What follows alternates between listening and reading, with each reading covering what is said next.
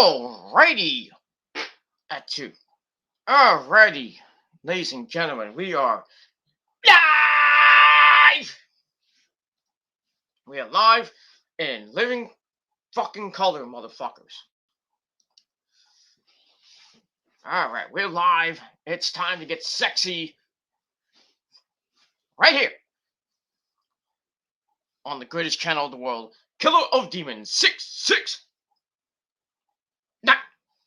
Thank you all for watching. My name is Peter Gilmore, but you knew that already. Thank you all for watching right here on Killer of Demons 669 on this late Saturday night. Thank you for watching. Make sure you like the video. Hit that subscribe button down below on this channel and on my other four channels, which are down in the description box. And as always, friend me on Facebook. Follow me on Twitter and Instagram. And don't forget to share the video all over the internet. And most importantly, tap that goddamn motherfucking bell and turn on all my notifications so you never ever, baby. Don't you ever forget to tap that bell and turn on all my notifications so you never ever miss an upload. And that's all I gotta say about that. So, if you're new to the channel, welcome to the channel. Welcome to the Thunderdome. Well, not the Thunderdome, but welcome to the channel. My name is Peter Gilmore. Hope you enjoy the video and hope you enjoy the ride. Subscribe to this channel, like I said, on my other four channels, which are down below in the description box. And follow me on Facebook, Twitter, and Instagram. And don't forget to smash that bell and turn on all my notifications so you never miss a beat. And if you're not getting my notifications, I know a lot of people on YouTube don't get their notifications, whether it be me or it be Joe Cronin or even JD. You're not getting notifications. Unsubscribe, resubscribe, hit the bell, and then hopefully my videos will go out to you. And if not, well, you're gonna have to search my name and search my channel. That's basically all you can do, and that's it. That's all I gotta say about that. So subscribe now, subscribe today, motherfuckers. And we're getting sexy every single time, and we make we make the girls' panties wet. Woo! And that's pretty much all I gotta say about that.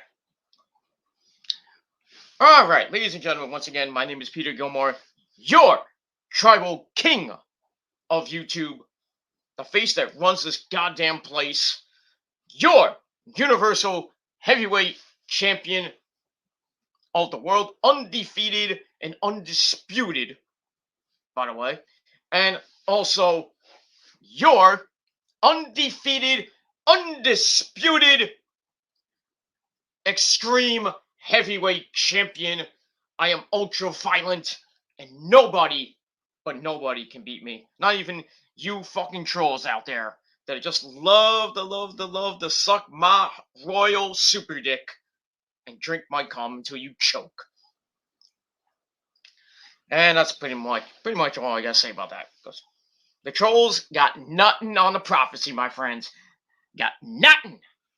Nothing on the prophecy, my friends. Because the prophecy is the greatest thing in the fucking world on YouTube. The greatest thing since sliced bread. And that's pretty much what I gotta say about that. So if you want to join the prophecy, all you gotta do is hit that subscribe button on any one of my channels. Friend me on Facebook, follow me on Twitter, and follow me on Instagram as well. Each subscriber is a member of the prophecy. Unless you're a troll, then you can basically go to hell. And that's pretty much all I gotta say about that. All right, we got somebody in the chat already besides myself. All right, we got Lauren. I hope I'm saying that right. Lauren. We got Lauren in the chat. What's up, Lauren? From Strong Island, New York City. Well, not New York City, but Strong Island, New York, motherfuckers. By the way, nice picture. Is that you in the picture? Kind of looks like you. Might actually, it might be you. It might be Mickey James, or it might be Francine. I can't tell, but it is what it is. But nice avatar, and that's all I gotta say about that. How you doing this late night, Lauren? Thank you for joining me. And it is you in the picture, so that's awesome. That's awesome. I don't on this particular channel. I have to put my avatar on it, so I'll do that later. But I don't want to do it right now. I'm too lazy. Because I just got home from a great evening with the parents and everything, and then the missus, of course. Missus is now doing her thing in the bedroom. Not that type of thing, but you know what I mean. We did that before. When I came home, we had to feed the wrestling cat, and then we had a quickie, and then too much info, and that's all I gotta say about that. And we'll move on from there. So that's that. We had a nice dinner with the parents, and gonna have a nice weekend, and then we're getting ready for Thanksgiving. Very give thanks to the Lord and for all our food and all that good stuff, and then we also give thanks to the trolls. Well, actually, we don't give thanks to the trolls. We thank the Lord that the trolls can still suck our dick, but that's all. Not another story for another time, and that's it. All right, so thank you, Lauren, for coming in, and that is her in the avatar. Kind of still looks like Francine, but no offense. But anyway, yeah, that was Lauren at WrestleMania 30, the one that Mr. Daniel Bryan talked about on Rampage, and I'll get to Rampage in just a second, because this is your late out of date Smackdown and Rampage review. But we'll get that in a second. All right, we got got 2 people watching us so far. Let's get that view count up. Tell your friends and tell everybody you know. Hopefully it'll go up a little bit more, like my dick in your mama's ass. All right, we got Jason in the chat. What's up, Jason? How you doing, my good friend from Ireland? Kind of early for you, sir. Jason, it's like, what is it? It's midnight now here in the northeast. It's like 5 a.m. in Ireland. What are you doing up at 5 a.m.? I guess watching me, because maybe you can't sleep and you're drinking a nice beverage. No, what are we drinking tonight? I mean, what are we drinking tonight, ladies and gentlemen? What are we drinking? You know what I'm drinking. You know what I drink. Actually, there's no alcohol in it tonight. I'm sorry. Rosa drank it all. Bitch! But it is what it is. It is. No, it is. Ah, fuck! Get out of here! Crazy bitch. You keep it up, I'm gonna give you more of the vitamins. That's what you get in that bedroom. Sorry, I can't call Rosa an alcoholic. And don't say that if you ever meet Rosa, don't call her an alcoholic. She'll probably bitch slap you. But I digress. So yeah, we're drinking the good old fashioned Pepsi, and you know what happens when you drink the Pepsi? For me, you drink the Pepsi, you make the girls go, oh shit, get your dick sucked. And if you're a chick drinking Pepsi, even better. And that's pretty much it. But I digress. But Jason's in the chat. I think it's the first time Jason's been in my chat in a while. But what's up, Jason? How is Ireland today? Well, tonight. Well, tonight here, and then this morning in Ireland. 5:01 a.m. in Ireland right now. So the Shield of Ballycastle. But now he's known as Irish Reviews. But we all know and love him as Jason. So what's up, Jason? How you doing? Thank you for coming on the show. And that's it. All right, Lauren says thanks for the compliment. You're welcome. As Mr. Aaron Stevens used to say, or as we know him as Damien Sandow. And speaking of that, there is a NWA pay-per-view. I think it's tonight or tomorrow. It's called Hard Times 2. So, if you want to watch the NWA pay-per-view, go ahead. Go knock yourself out. Probably better than Survivor Series. I mean, not. Shut up, Cat. Nobody asked for your opinion. Nobody asked for your opinion, Zuzu. You butthead. Come here. Come here. Come here. The people want to see you. You are the star of the show. Come on. Come here. Come here, you. Come here.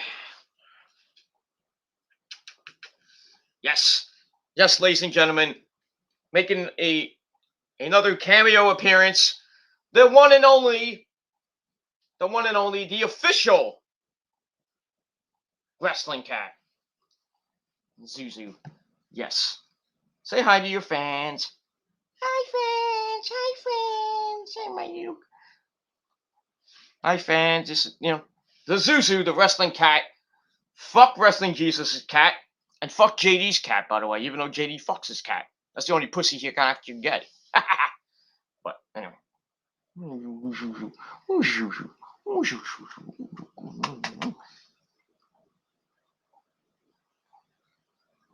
Gonna say something? Anything to say? Sorry? No? Anything to say? Anything to say? Fuck you, Charles! Fuck all you Charles! The best Peter, get him off! I will scratch your eyes out, and I will bite your dick off and eat it. You don't fuck with Peter Gilmore. I know.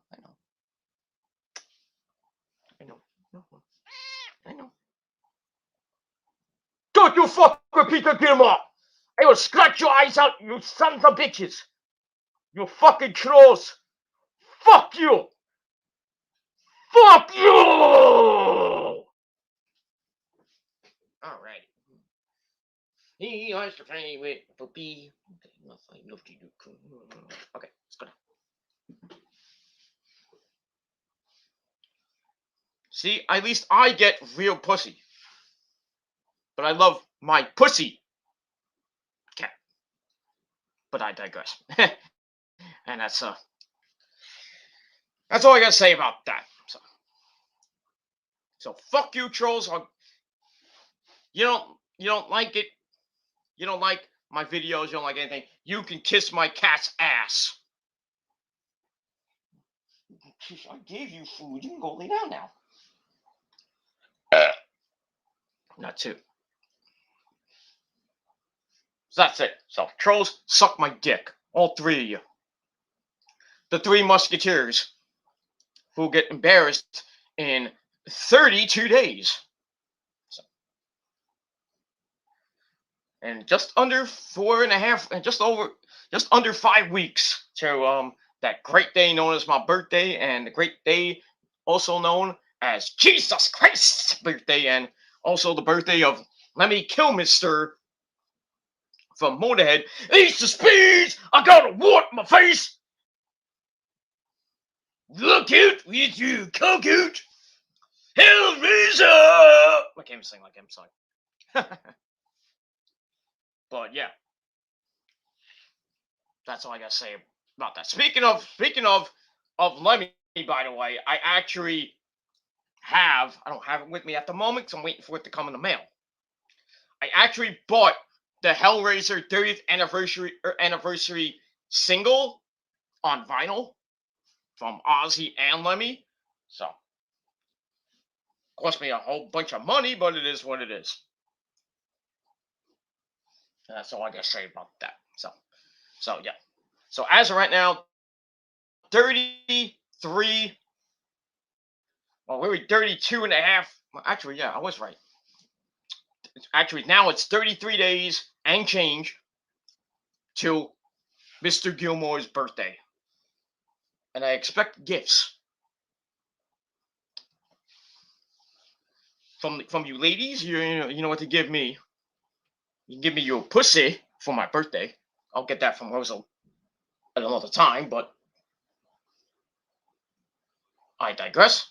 and I didn't want that to come up. But anyway, yeah. So I expect some gifts on my birthday. You know, you can get me some wrestling tickets, or get me a nice give me a CD or whatever you feel like it. I know the trolls will probably get me like a dildo or something like that. But that'll be for Rosa. But it is what it is, and that's that. All right, get this fucking shit off. And that's probably all I gotta say about that.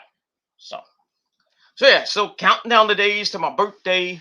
33 days as of now, as of this week on, because it's after midnight now in the Northeast. And that's it. But we are actually officially, as of right now, four days away from Thanksgiving. I hope you all have a great Thanksgiving coming up. We'll continue to talk tomorrow, Monday, Tuesday, Wednesday, Thursday. I'll be incommunicado, so I'm not doing any videos on Thanksgiving because I'll be basically out with the missus and the family on Thanksgiving Day, and I will be back on Black Friday with some videos. I'm gonna do a Thanksgiving blog on episode 2. Well, actually basically a Black Friday vlog on TGC Reborn, and then get you ready for Smackdown and Rampage Black Friday. That should be pretty damn good. And then get you ready for the weekend, the final weekend of November, my friends, as we're getting closer to the end of 2021. We are actually 42 days away from the end, I should say, of 2021. 41 now. 41 days away from the end of the year, and 33 days away from my birthday. So around 30 something. So from a month and 10 days from now will be the end of the year. As we tell 2021, fuck you, man. And bring in 2022 and hope it's a good one. I hope 2022 is a good year for me, the missus, my family, my friends, here on YouTube and in real life, and everybody else. I hope you have hope 2022 is a good year for you, and for you trolls, I hope it's a rotten year. That's all I gotta say about that. But it'll be the same as every goddamn year. But for you trolls, so that's what happens. You're fucking obsessed. That's what happens every goddamn year. I should play a song "Obsession" right now by Animotion, but I'm not. I don't want to get copyrighted. Especially from the band called Animotion. But it is what. Alright, we'll finish up with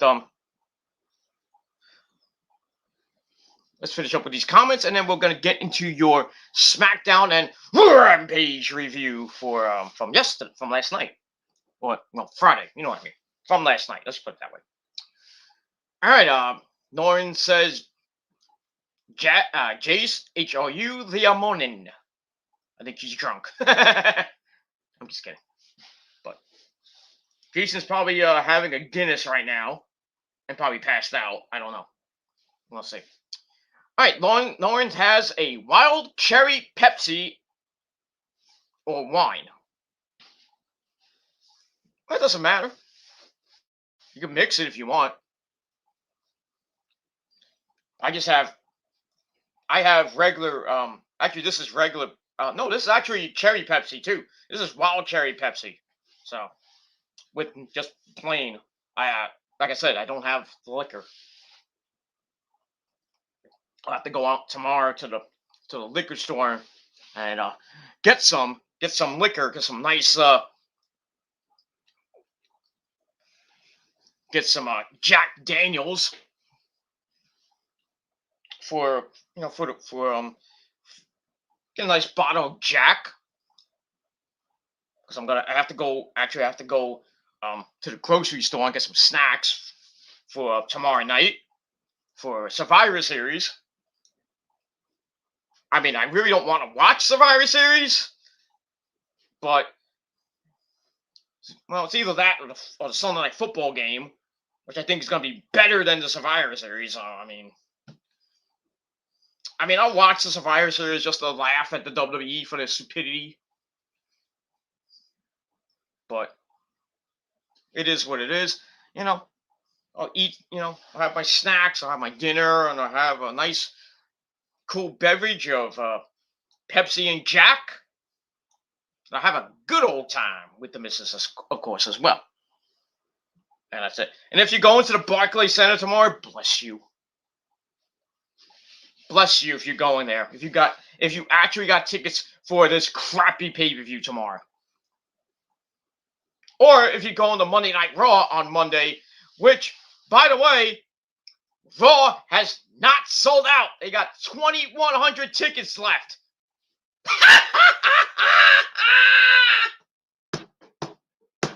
They can't even sell out Raw anymore. That is horrible. Come on. And as far as I know, I don't think they sold out the Nassau Mausoleum. They haven't sold the new Nassau Mausoleum out for next week's show, the 29th. They haven't sold that out. But you know who did? AEW. AEW has sold out the Nassau Mausoleum. That's on December the 9th, by the way. No, the 8th, I'm sorry. December the 8th at the Nassau Mausoleum for AEW Rampage and Dynamite.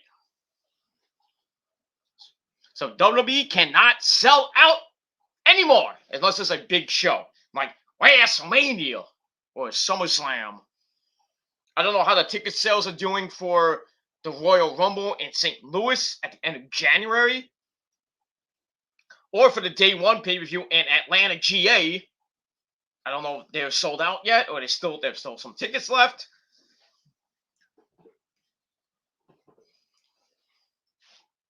So I don't know what's happening right now with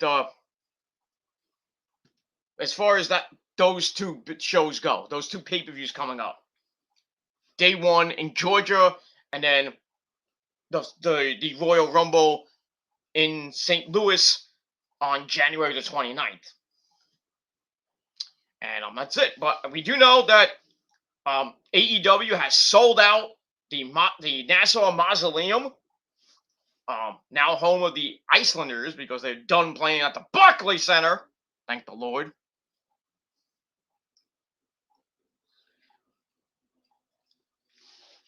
So you got that.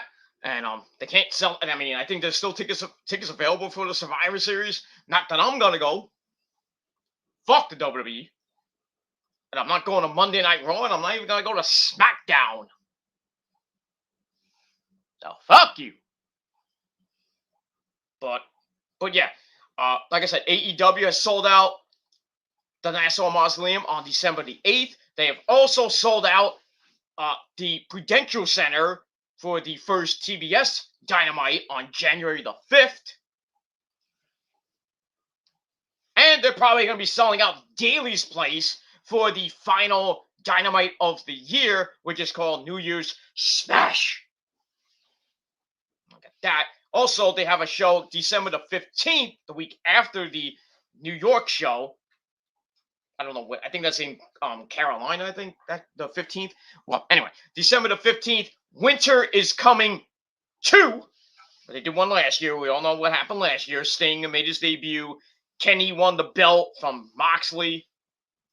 And then the build up to the exploding barbed wire match. That wasn't even that great, but it is what it is. So there will be surprises coming your way in the next couple months for AEW, and I can't wait. I can't wait. Some of the WWE people might be coming over pretty soon, like Gargano, Kyle O'Reilly, Kevin Steen, among others. Among others. That's all I gotta say about that. So, pick your poison tomorrow. Stay home and watch football, or go to the Barclays Center and be bored for 3 hours watching WWE wrestling at the Survivor Series. And then Monday night you can either stay home, and that's pretty much all I gotta say about that. But it is what it is. All right. Oh, Lauren's got some news. So let me just finish these comments up, and then Lauren's got some probably breaking news. So let me get to this real quick. Lauren says hi to my girlfriend Rosa. She says hi to you too. Who is she? She's a good friend. All right. Lauren says, Pete, you not mad at me? Why would I be mad at you? Because you. Do you think I'm mad at you because that you go in a certain someone's stream that we don't like, Mr. Clean? I mean that's your business. I don't care. Okay, knock yourself out. You want to go in his stream? Go ahead. We personally don't want nothing to do with the bald-headed bastard and his little army, little semi-army of douchebags with tiny little cocks. And that's all I gotta say about that. But if you want to, go on Mr. Clean's name as fuck live streams, then go ahead. That's your business. I'm not mad at you. That sounds like a song. That's by wasn't that by Tupac? I ain't mad at you. Tupac's actually living in Ethiopia right now, by the way. Just want to point that out. Biggie is living in Los Angeles, California. But I digress. Lauren said she'll catch the highlights. Okay, that's cool. I might actually watch most of the show because I got nothing to do besides my girlfriend, but it is what it is. Okay, Lauren says, unfortunately, I do. Okay. Yeah, that's that. Okay, Lauren's gonna be in the building for AEW Dynamite and Rampage on December the 8th at the USBC Arena, or something like that. We like to call it the new Nassau Mausoleum at Belmont Park in Long Island, New York. I would go. I would really go, but it's kind of opposite, a long way from here, from where I live in Brooklyn. So I have to take a train to LIRR and then come all the way back. And it's a pain in the ass.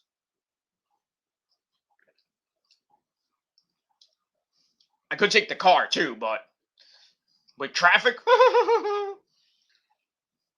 I mean, I've been to the old Nassau Mausoleum, and Nassau County. Parking there fucking sucks, and getting out, it's a pain in the ass. It's like going to Shea Stadium.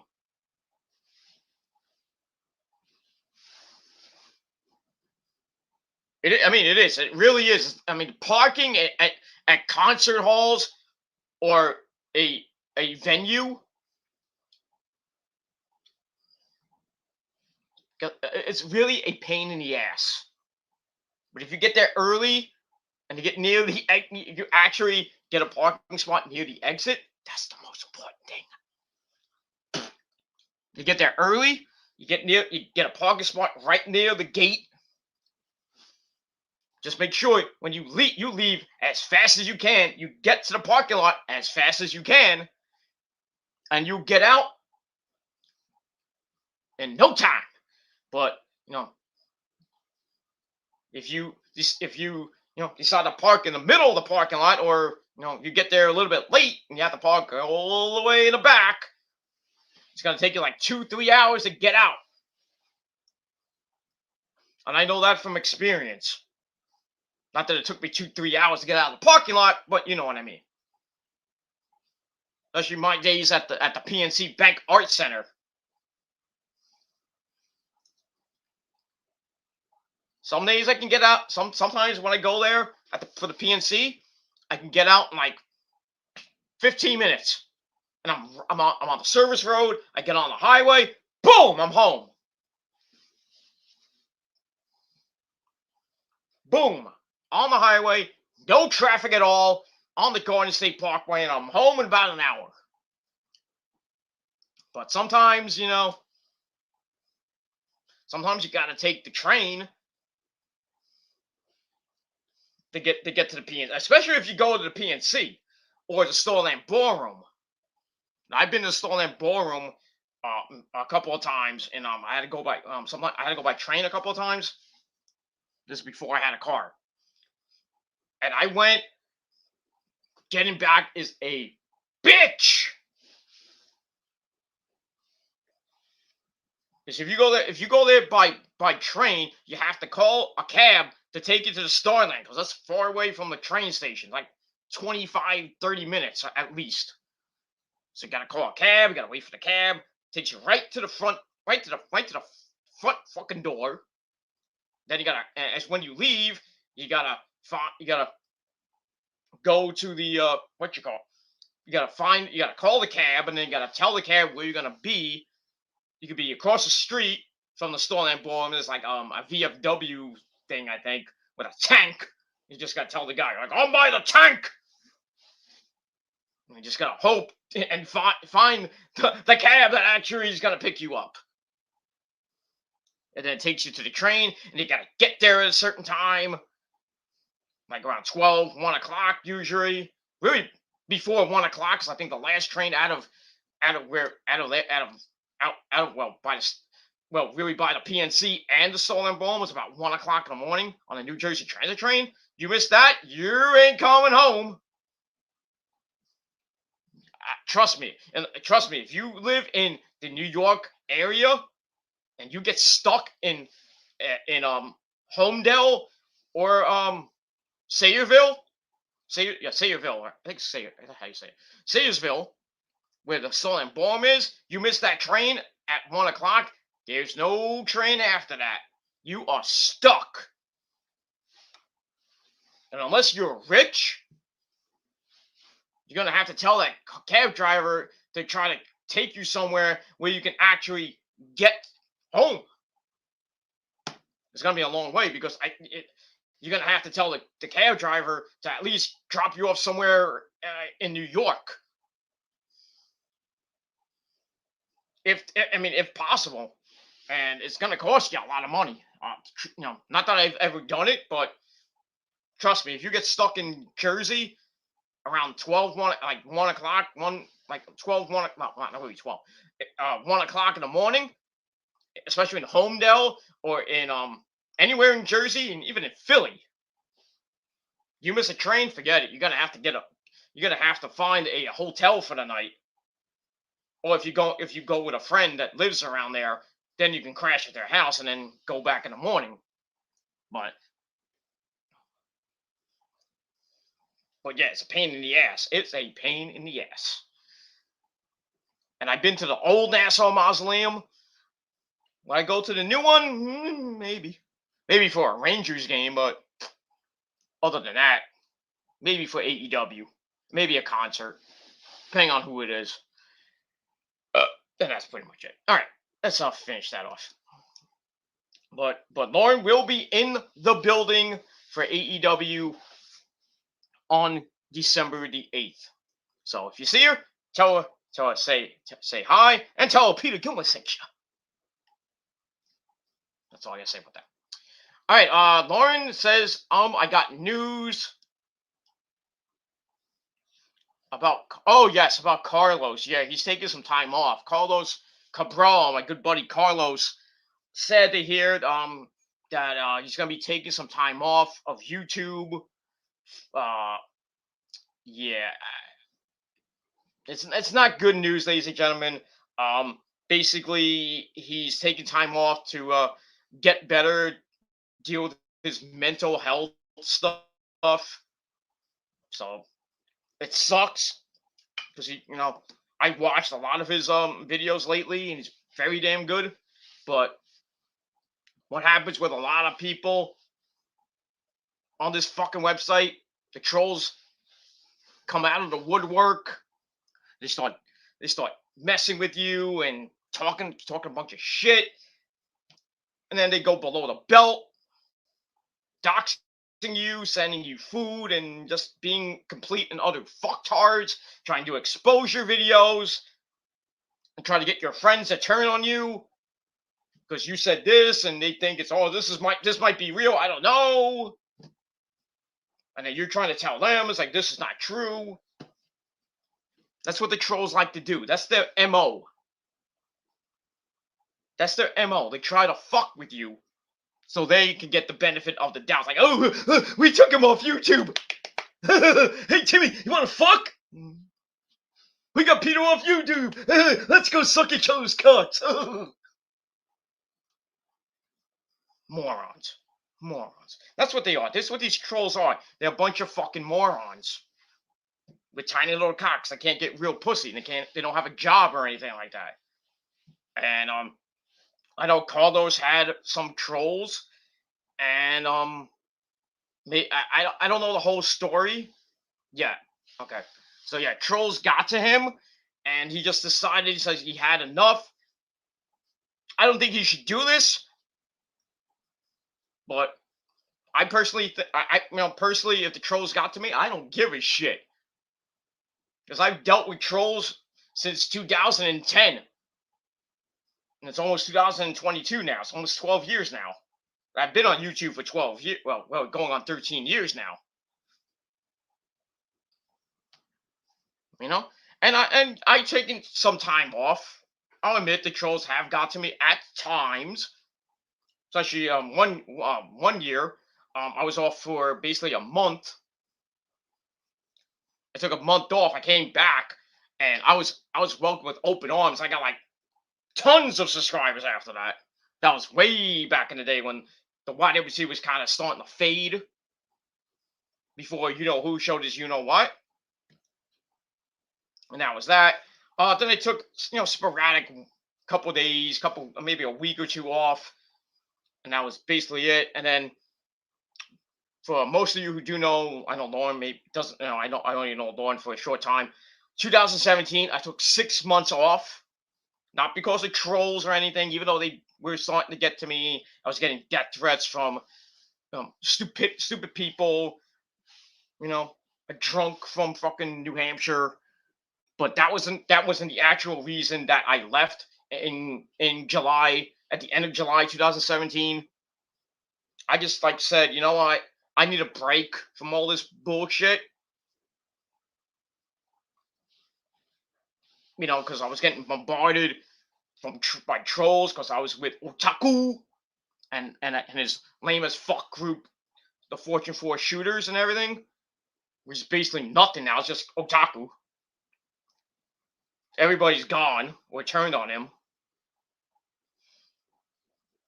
I decided to leave because I didn't want to be part of the bullshit. So that was kind of in and out between 2015 and 2018. So I told the talkers, you know what, I'm out of here because I don't deserve all this fucking hate and everything. You're not helping me out. Where you're supposed to be the leader. We're supposed to be together. We're supposed to be a group. Ruined my reputation, and I fucked him over. He fucked me over, then I fucked him over. So, but it is what it is. So yeah, I took 6 months off in 2017. I had the itch to come back many times. I wanted to come back actually after Labor Day 2017, but I was like, you know what? If I do that, I'll sound like a hypocrite. Be like, oh, 2 months later, he's back. So I decided to take a little bit, the rest of the year off, recharge, get my mind right and everything, focus on my mental health and focus on my job. I started the retail job around that time, so I was focusing more about my mental health and my job. So I was like, well, fuck YouTube right now, and I'm going to come back in January 2018. So I did that, came back beginning of January 2018, came back once again, open arms, started getting a ton of subs again. And I've been basically here for a while. I've been here since January 2018. I haven't really taken that much time off. I mean, here up a couple of days here and there, and then when I go on vacation, I go to Florida with the missus and everybody. I barely can do a video, so I really take like a week, at most a week off, and then I'm back. So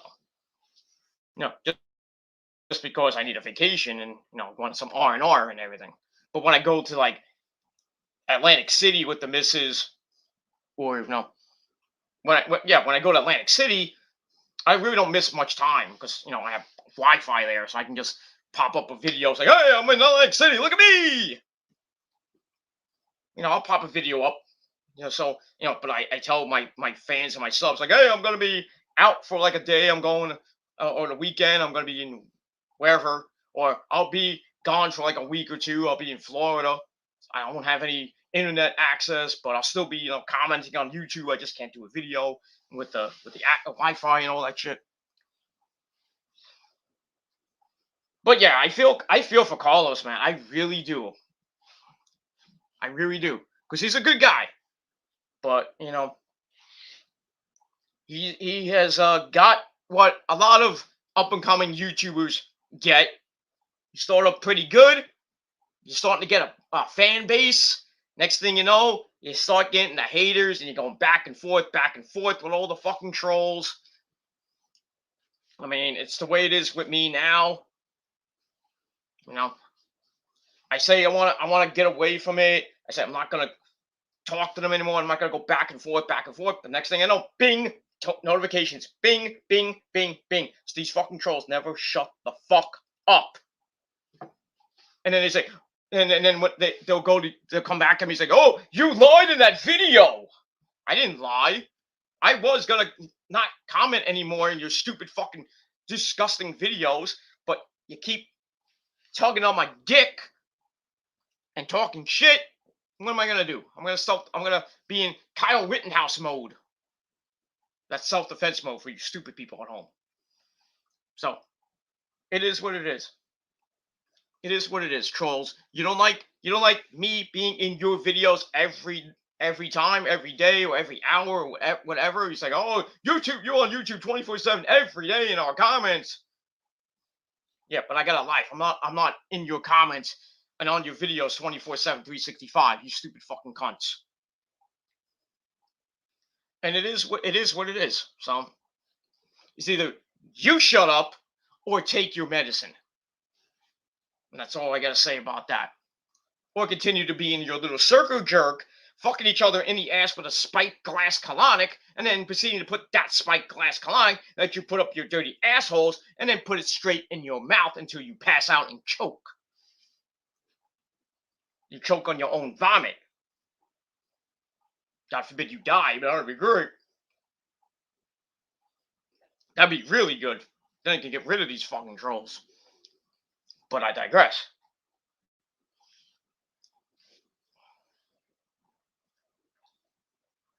I mean, it is what it is, and that's all I gotta say about that. But Carlos, I don't know if he's watching. If he does, if he's not watching, Lauren, send him the video and just timestamp it. I think it's like 30, 40 minutes in when I talk about Carlos. I just, or just like leave him a message and just say, I mean, if you want, if Carlos, if you want to take some time off just to get your mind right and everything, you want to deal with your mental health, go do that. That's more important than fucking YouTube, because YouTube is not for anybody. I mean, it is what it is. YouTube is toxic. It's a toxic wasteland. And really, excuse me, YouTube should be really sued for all this bullshit that's been going on. Because I've heard stories of people on YouTube going to other YouTubers' house and almost killing them and beating them up and shit. And nothing happens to YouTube. I mean, YouTube can't even get sued. And if they do, they'll probably settle it out of court because they don't want to lose money. It is what it is. Susan was like, "I don't want to lose my money. I don't want to have my website tear down." One day, I guarantee you guys, one day something bad is gonna happen. Like a big time YouTuber is gonna get killed by some fucking troll, and then the family, and then everybody else is gonna file a class action lawsuit on Susan and YouTube and Google, because it's joint. YouTube and Google are like this. Gonna file a class action lawsuit, and God forbid that happens. Everybody on YouTube that's been harassed and bullied and doxxed and everything else, they're gonna get into that class action lawsuit, and YouTube is fucked. YouTube will be fucked when that happens, because YouTube will be sued up the wazoo. I will join in that class action lawsuit. I don't give a shit if I get 5 cents from that lawsuit. I'll take 5 cents as long as YouTube either changes their policies and changes their ways, or goes bye bye. But it never will. So it never will, and the same fucking cycle will continue. That these fucking trolls will make 669,666 fake accounts, and they can't stop it. I mean, there's no limit. I'm on how many fucking Google accounts you can make, and how many emails you can make, especially if you use Gmail or you use Yahoo or Hotmail or any whatever email site you use. There's no limit. You can make infinity amount of fucking Google accounts. It's stupid, and it should not be like that. It should not be like that. There should be a cap. Put a cap on the amount of accounts, fake accounts that these people make. It's fucking sad. You try to shut down somebody's channel, they're right back with another channel doing the same fucking thing. It's like a no-win situation. So you gotta, it's like, I don't know if Lauren's still watching, but Lauren, it's like that great song by that great man named Diamond David Lee Roth. Doozy boozy bop dee bop. Diamond David Lee Roth had a great line from a song called Jump, where he said, you gotta roll with the punches until you what's real. Until you get to what's real, I should say. But yeah, this is, you gotta roll the punches on YouTube with all the changes that's made with the homepage and the Google accounts and everything else they fuck up. But pretty soon YouTube is gonna be extinct, because a lot of people are gonna be leaving for Dailymotion or BitChute or Tumblr or Bumble. There's another one called Bumble, I think. Because there's a lot of up-and-coming streaming services out now, such as StreamYard 2, that you can stream to. You don't need, YouTube will be a thing of the past. There will be something better than YouTube. I thought that would have been VidMe. Remember, I don't know if Norman knows this, or I know a lot of people know it. I might know it. VidMe was the second coming of YouTube. I mean, it was. I was on it for like a couple of months. Even WJ was on it. We were on it for a couple of months. We did a couple of videos. We got a lot of followers. Then next thing I know, I get an email saying, oh, VidMe is going to be closing down. I was like, fuck! I mean, I have BitChute, but I really don't use it. I could, but I don't know the password. I don't think I have the password saved on my computer, but I mean, I could go to BitChute and just not have to deal with trolls anymore, because they, their policies on trolls are a little bit better than YouTube. I mean, it is what it is. I mean, it's like pick your poison. I could do Twitch, but I think you have to pay money. I forget how Twitch works. And plus Twitch, I think, is just for gaming. I think. I mean, I have an account on Twitch, but I mean, I don't like. I only use Twitch to watch Adam Cole, baby. Doing his gaming streams and used to be AJ Styles. Well, no, AJ doesn't do it anymore. Chase is on Twitch. I watch. I'm on. I watch Chase when he's on Twitch playing his games and shit. But I mean, we'll see. We'll see what happens with that. But we'll move on. But going back to Carlos, don't. I mean, if you want to take some time off, go ahead. Take the rest of the year off. Got about 30 some odd days. Take a month off, and then come back in January of 2022. Come back strong. Fuck the trolls. Move forward. Fuck them. Fuck these immature 13-year-old trolls. Because that's what they are. They're basically fucking kids. I mean, they might be in their 20s and 30s, but they act like they're 13. And that's their IQ, by the way, too. And they have small little cocks and no brain. They just try to bring you down. Just ignore these fucking people, man. I know a lot of people told me that. I tried. Like I said, I tried, but these trolls, they continue to fuck with me. They fuck with me. They fuck with my family. They fuck with Rosa. They fuck with my friends, like fan of YouTube and Chase. It's fucking pathetic. And there's this one troll that's got an exposure video on me on my birthday. Ooh, I can't wait for that. I can't wait for that to just laugh. Because I know what it's going to be about. I have a feeling about what it's going to be about. Trying to expose me as a pedophile, which I'm not. Trying to expose me with chat logs from Facebook, which are basically irrelevant, and it's not even my account. So I talked to a 14-year-old chick, and supposedly there's a dick pic in it, but it's not mine. Because like I said, I don't send dick pics out to people unless it's some people that I know. Before I met Rosa, wait, that's back in the day, but even when I was with Rosa, I never sent a dick pic out.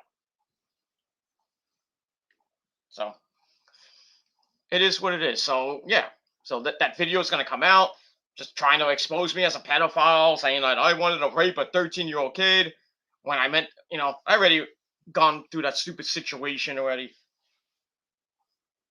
Fucking kid thinks I wanted to come beat him up and meet him and rape him, a new asshole, when I meant to say rip him a new asshole. It just came out wrong on my computer, my phone. I mean, I talked this old with my good buddy Nick Infante and Chase, and I asked him like point blank, like what would I be the kind of guy to go meet a fucking 13-year-old kid and and want to go rape him and shit? No. I only said I'll rip you a new asshole if you keep fucking with me. Not that I'm gonna go beat up a 13-year-old. I'll beat up your parents.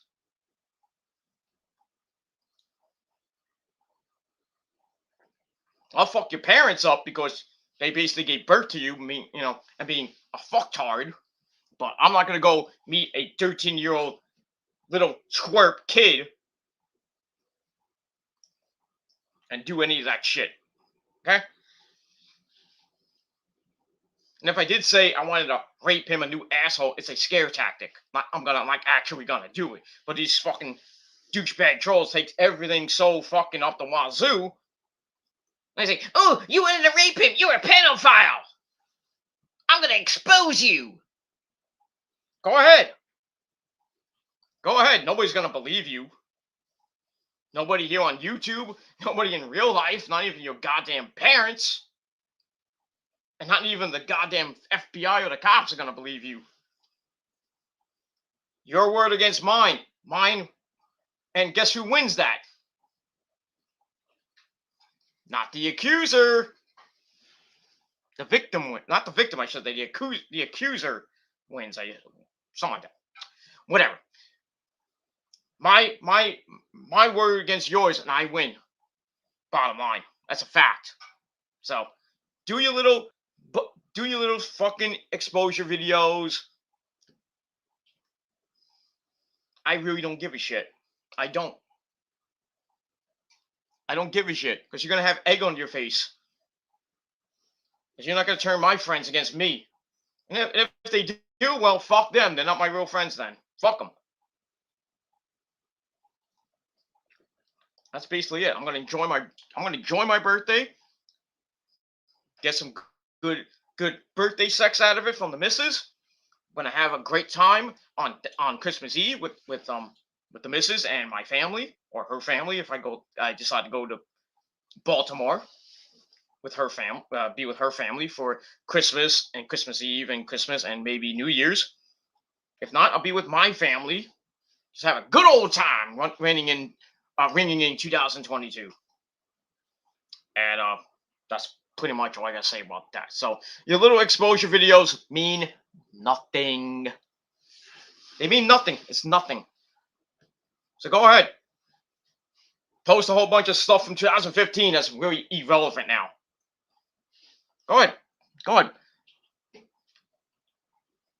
Go ahead. I don't care. Nobody's going to believe you. Like I said, nobody's going to believe you. Nothing's going to happen. It's going to be the same fucking... It's just going to be one day, and that's it. You tried it before, and you tried to rickroll, and you basically freaking got egg on your face anyway. Want to try it again on my birthday? Nobody cares. You're going to think you're going to ruin my birthday? No. No. I'm still going to have a better day than you. But you know where that video is going. It's already there. So either cease and desist, or you're going to jail. Bottom line. Bottom line. And if you don't like it, then you know where to go. You know where you can come. You can come face to face to me and say something to my face, and then proceed to get a Gilmore cutter right outside. Get a Gilmore cutter, and then proceed to get thrown in the back of a cab, back of a cop car. And if you don't like that, it's like, oh, Peter's a cop caller. I'm defending myself. I'm going to defend my honor. I'm going to defend my girlfriend and my family. So if you don't like it, kiss my fucking ass. And that's it. So, but it is what it is. So, that's it. I'm going to defend myself from here to kingdom come. Because none of you fucking trolls are ever going to come around here. And like I said, if you do, well, you're going to get knocked the fuck out. And then get put in a box. And that's all I got to say about that. But Carlos, my man, all I got to say to you is this, man. Get the help you need. And if you want to leave YouTube for a month, 2 months, 6 months, a year, 2 years, that's fine, man. Do what you got to do. Get yourself better. Don't worry about these fucking piss ants on YouTube. Do what you got to do. Come back strong. And if you do come back, me, Lauren, Nick, basically everybody else will welcome you with open arms. And that's pretty much it. And like I said, Carlos, if you have social media, let me know. You can always talk to me on social media.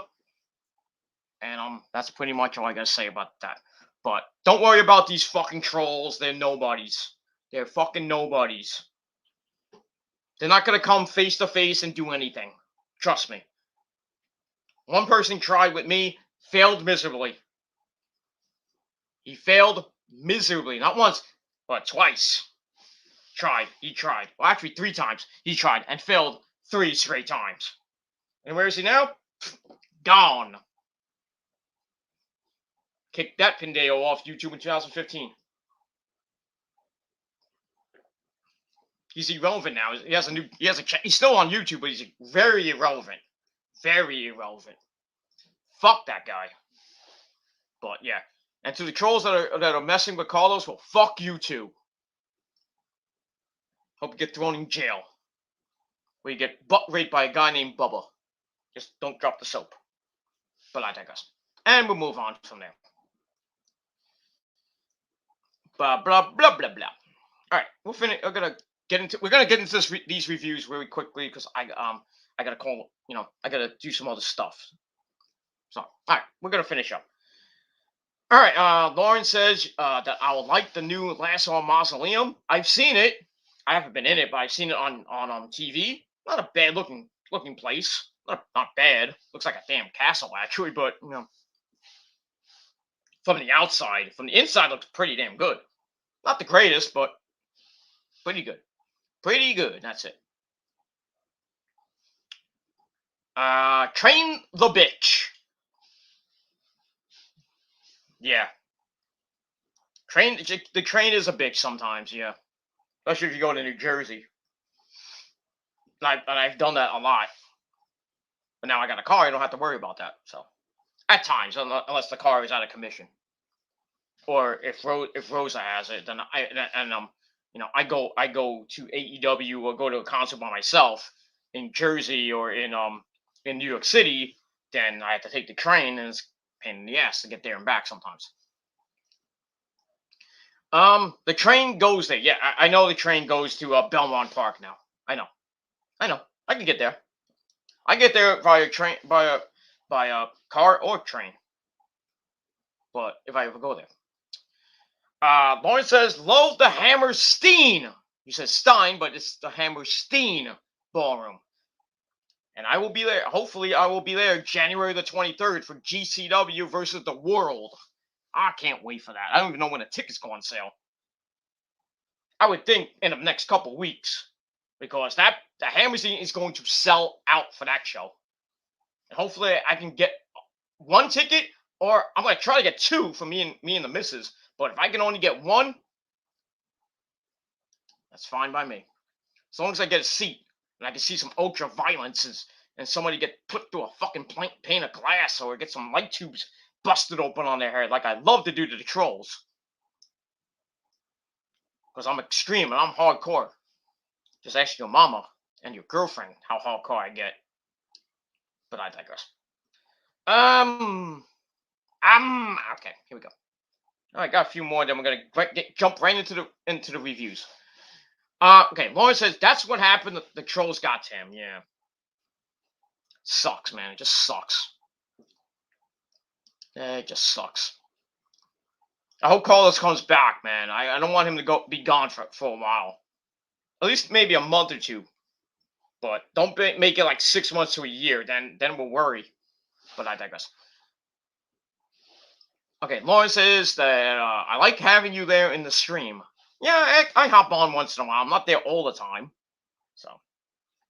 But I don't know what day he's actually leaving, but I know he's leaving pretty soon. So I think hope maybe the day that he does his final video, I'll try my best to be in the chat, and we'll see what happens with that. I am a mod, so I think Lauren's a mod on this channel too. I gotta see. If not, Lauren, I will make you a mod.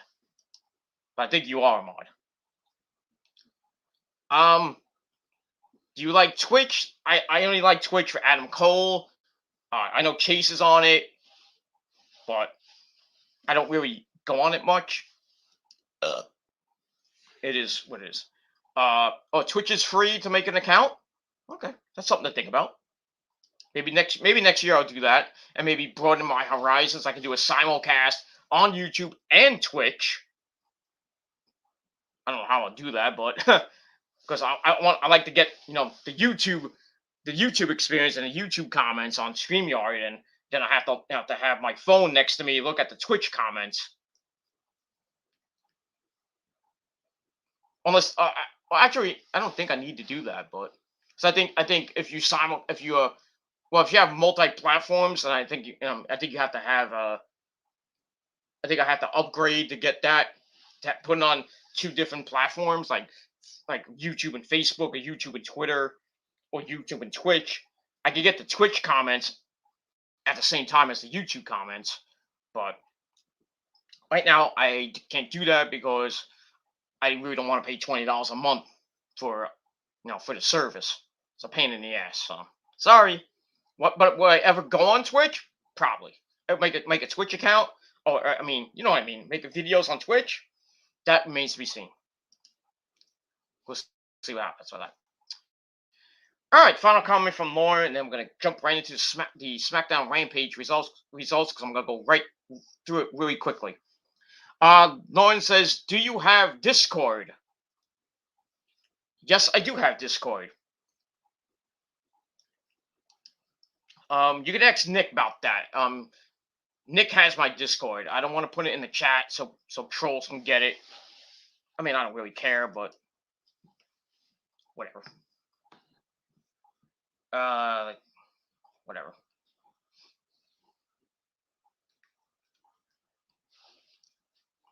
Give me 1 second. I can probably look it up. I mean, I don't care. I'll post it, but I really don't care. Let me just go to.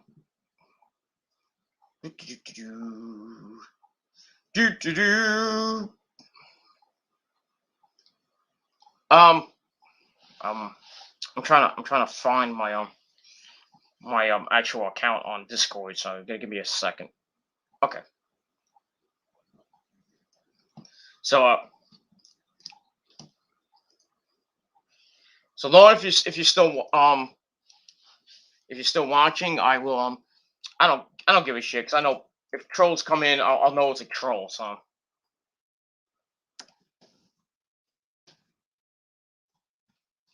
give me 1 second.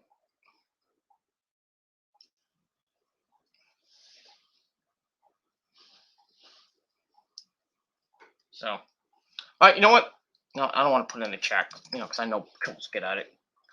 You know what? I'll give it to Nick to give it to you because I don't want to put it in the chat. So that's that. All right, we got a troll already. I'm not gonna highlight this.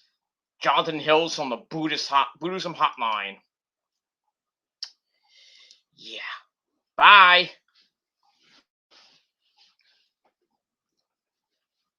You can take your Buddhism and shove it up your Buddhism or bottom. Whatever. Yeah. Whatever. Get a life. Get a life and go to bed, you fucking twat. That's all I gotta say. Alright, but yeah. So Lauren, I will probably either if you I'll give it to Nick on Instagram and then have Nick forward that to you, and then you can send me a message on Discord because I'm not gonna put it in the chat the live chat. So douchebags can come in and do what they do best and try to expose me for something I said on Discord. And but I'm not even on Discord that much anyway. So and if when I am on Discord, I only talk to Nick on Discord rarely, but I'm mostly talking to the former members of the XWF. So that's it. I rarely go on Discord anyway. So not that it like doesn't even pay to have it. So just saying. But I will. I mean, I'll give it to Nick to give it to you. And that's all I gotta say. All right, we wasted over an hour of talking. It's 1 o'clock in the morning, so I'm gonna finish this this up, and then I'm gonna wrap up the burrito. Probably watch a late night movie, or watch some porn, some Asian porn, and then probably go to bed and get my dick sucked, and then get ready for football Sunday, as it's week 11 of the NFL in the league where they play for pay. And that's that. We got the Jets tomorrow at home against the Miami Dolphins. We got Joe Flacco is now the quarterback of the Jets. Somehow they dug him up again. Now he's going to be the quarterback of the Jets to see if they get win number 3 against the not so bad Miami Dolphins. But I just think the Jets, even with Flacco, they're not going to even do that good. They're not going to win. I don't think they're going to win tomorrow. But if they do, they do. I don't really give a shit. I don't lose any money. So, in my DraftKings thing, I don't lose money. So, unless they lose by a lot. Well, if they lose by spread or they lose by a lot, I get some good money, not great money, but not like I'm gonna get like $100 or anything. I get like $10 and stuff like that from DraftKings, but it is what it is. So that's that. That's the 1 o'clock game on CBS. The Niners, the red hot Niners, coming off that big blowout win against the Rams at home, by the way, in Santa Clara, 31-10. They go to Jacksonville, Florida, against those Jaguars in Jacksonville at 1 o'clock. Not televised, of course. But I get it, because I have Red Zone, so I get to watch that.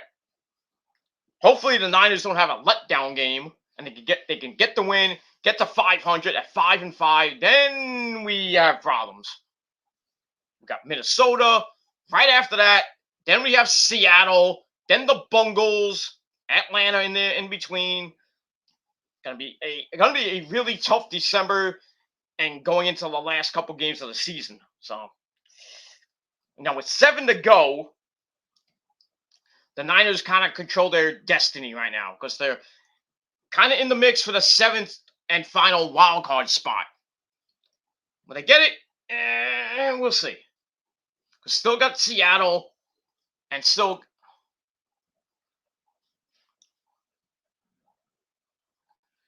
Oh, boy. These fucking trolls have no fucking lives, man. Really. But anyway. But we'll see what happens with the Niners tomorrow. I hoped and pray they blow the fucking Jaguars out of that building with Tony Khan there. No, I'm just kidding. I mean, Tony Khan's it's the man. Tony Khan's the man. I know he owns the Jaguars, but yeah. If you're gonna see, Tony Khan, if you're there tomorrow, you're probably not gonna be there, but you might. I don't know. But if he is there, he's going to see a massacre tomorrow. The Niners defense is going to destroy him. Bosa, Warner, even Jimmy Ward, who had 2 interceptions last week. So even though the Niners secondary is not that great, they just woke the fuck up on this past Monday night. Beat the shit out of the Rams. And that 10-minute drive in the first quarter, woo! That was awesome. That was an awesome drive. And then from there, the fucking Rams could not do anything. Stafford showed why he is not a great quarterback for the Rams. Went right back to being a Lions quarterback. Because he stunk there, and he stinks in Los Angeles too.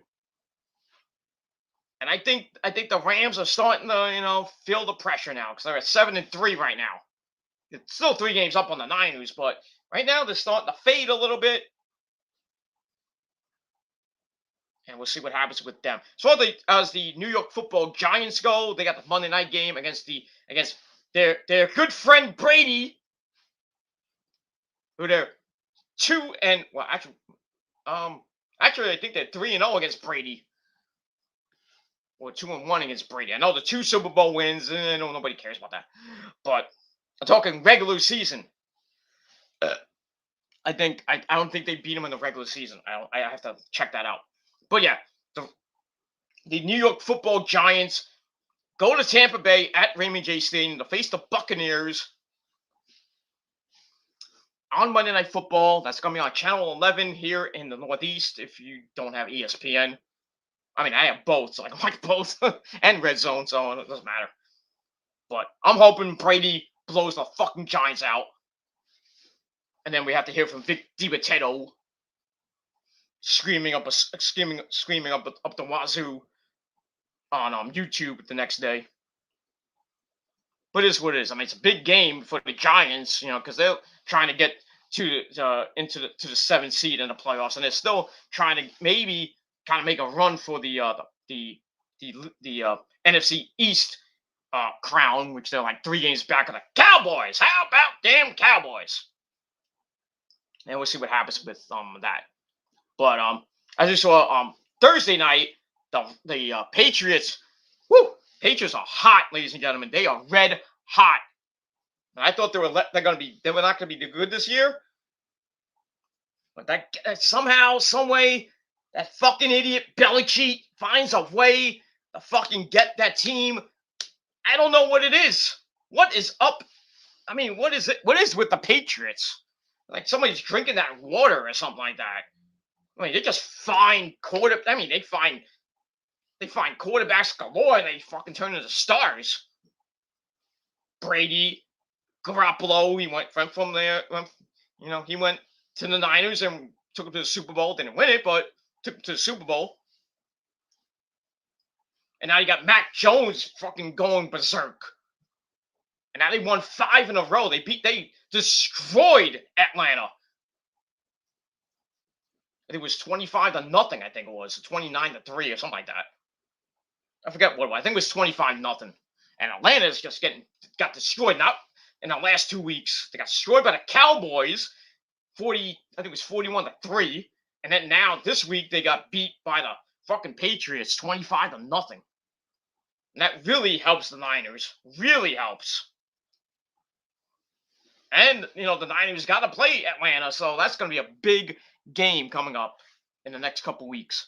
But got to get through Jacksonville first. That's the main thing. Don't have a letdown against Jacksonville. Beat the living shit out of them by 50. But never say never with the Jaguars because they beat the Bills. Remember that game about a week or two ago, 9-6 in Jacksonville. So, you think you can beat Jacksonville? But I'm hoping they don't get a letdown game. That's all I ask. Do not take the foot off the gas against Jacksonville. Beat them, have a couple of days of practice, and then you eat some turkey, then you get back on that practice field and get ready for the next game, which I think is against the Vikings. So we'll see what happens with that. So football Sunday tomorrow. Then you can watch the fucking Survivor Series, and nobody's gonna watch. And that's it. All right, that's pretty much it. All right, we got another. I assume this is a troll. You know what? Fuck it. I don't care. I'll acknowledge this douchebag troll. Bob Croft, CEO of the Trucking Network. Where did they find these stupid names? Anyway, hello, Mr. Gilmore. This is Bob Kraft, CEO of the Trucking Network from Mississippi. Actually asked the question. What were your thoughts on Hit Row as a stable? So I'm not gonna. I'll leave the comment there. I'm gonna block you like the other guy because I know that guy was a troll. But it is what it is. I'll answer the question. I still won't acknowledge the trolls, but I'll acknowledge the question because it's an actual question. I will answer it. I actually liked Hit Row. I liked Hit Row. They were great. It came up in March in NXT. I thought they were going to be a big stable. I thought they were going to be great. Led by Isaiah Swerve Scott, who was going after the Cruiserweight title with Santos Escobar for months. Finally gets it. And then he loses it, I think, to Santos. And then they were going back and forth. And then now he makes the stable with him, and he finds 3 people. Ashanti Adonis, who was a jobber at the time, he joins up with Swerve. Then they add AJ Francis, known as Top Dollar, who was basically doing was really not doing much in NXT. He didn't really was in NXT. He was just the guy that was on going to places with the WWE legends and helping Triple H and Stephanie out with the WWE Treasures show, which was a pretty good show. He met the Undertaker of all people, Kane, and Saga Slaughter, you puke. That's that. Then they find B-Fab, whose real name is Brianna Baker, I think. Or something like that. I forgot. Not Bianca Belair. Yeah, they find B-Fab, who is just basically a singer or rapper. Basically, all of them were rappers. They formed this group. They sing their damn song. They come out like, if you don't know, now you know. And when I first saw them in NXT, I was like, this is great. The fans were loving them. They were saying, hit row, all like good shit. I'm a big fan of Shane Strickland. Now Isaiah Swerve Scott, blah blah blah. Didn't really know much about Ashanti, the Adonis, other than he was in a couple matches and really didn't do that great. But he's starting to get better. As soon as he got up with Swerve, and then him and Top Dollar as a tag team were just was pretty good, damn good. I was thinking maybe that Hit Row would get the tag team titles. Ashanti and Top Dollar would become the tag team champions. Swerve was going for the North American Championship, won that, and then proceeded to lose the goddamn belt to fucking Carmelo Hayes. And I was thinking they would just stay in NXT for a while. Maybe Isaiah and Carmelo would have a great feud over the North American title. B-Fab had one match with Elektra Lopez, which was that horrible hardcore match they had. So she's kind of green. So I was thinking, maybe she gets some seasoning down at NXT. Then later on they'll bring all of them up, and they could be a big stable on the main roster. But what happens? The draft comes. They get drafted to SmackDown, and we're all like, why? I thought it was way too soon. Way too soon. I was thinking maybe next year's draft, they would get called up. But they get called up 5-6 months into their NXT run. They get called up. And I told you guys from the start, when they got brought up, it's like, yep, they're going to be in catering or they're going to get released. And I was right. Because, they did the vignettes and everything, and a hit row, stuff like that. Pat McAfee's like, hit row. He likes them and everything, singing his song and shit. Blah, blah, blah, blah, blah, blah, blah. They do vignettes. Then they actually come out on SmackDown just to introduce themselves and everything. It's like, hey, my name is B-Fab. Blah, blah, blah, blah, blah, blah. They do that just to, it's like, hey, we're Hit Row. We're here on SmackDown. Don't forget about us. We'll be in catering. So they had that, and then the week after, I think the week after that, B-Fab gets released and doing those 18 releases. I think it was like last month. She gets released. I didn't understand why. I would assume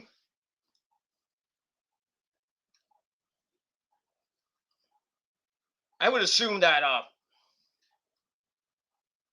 lost my train of thought. I would assume that that they released her. Well, they said budget costs. I think they released her because she's really, really not that good in the ring.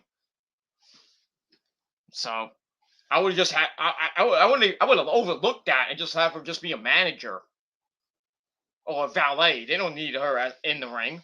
I mean, if we saw the fucking horrible hardcore match she had with Elektra Lopez, it wasn't even that good. I would have just had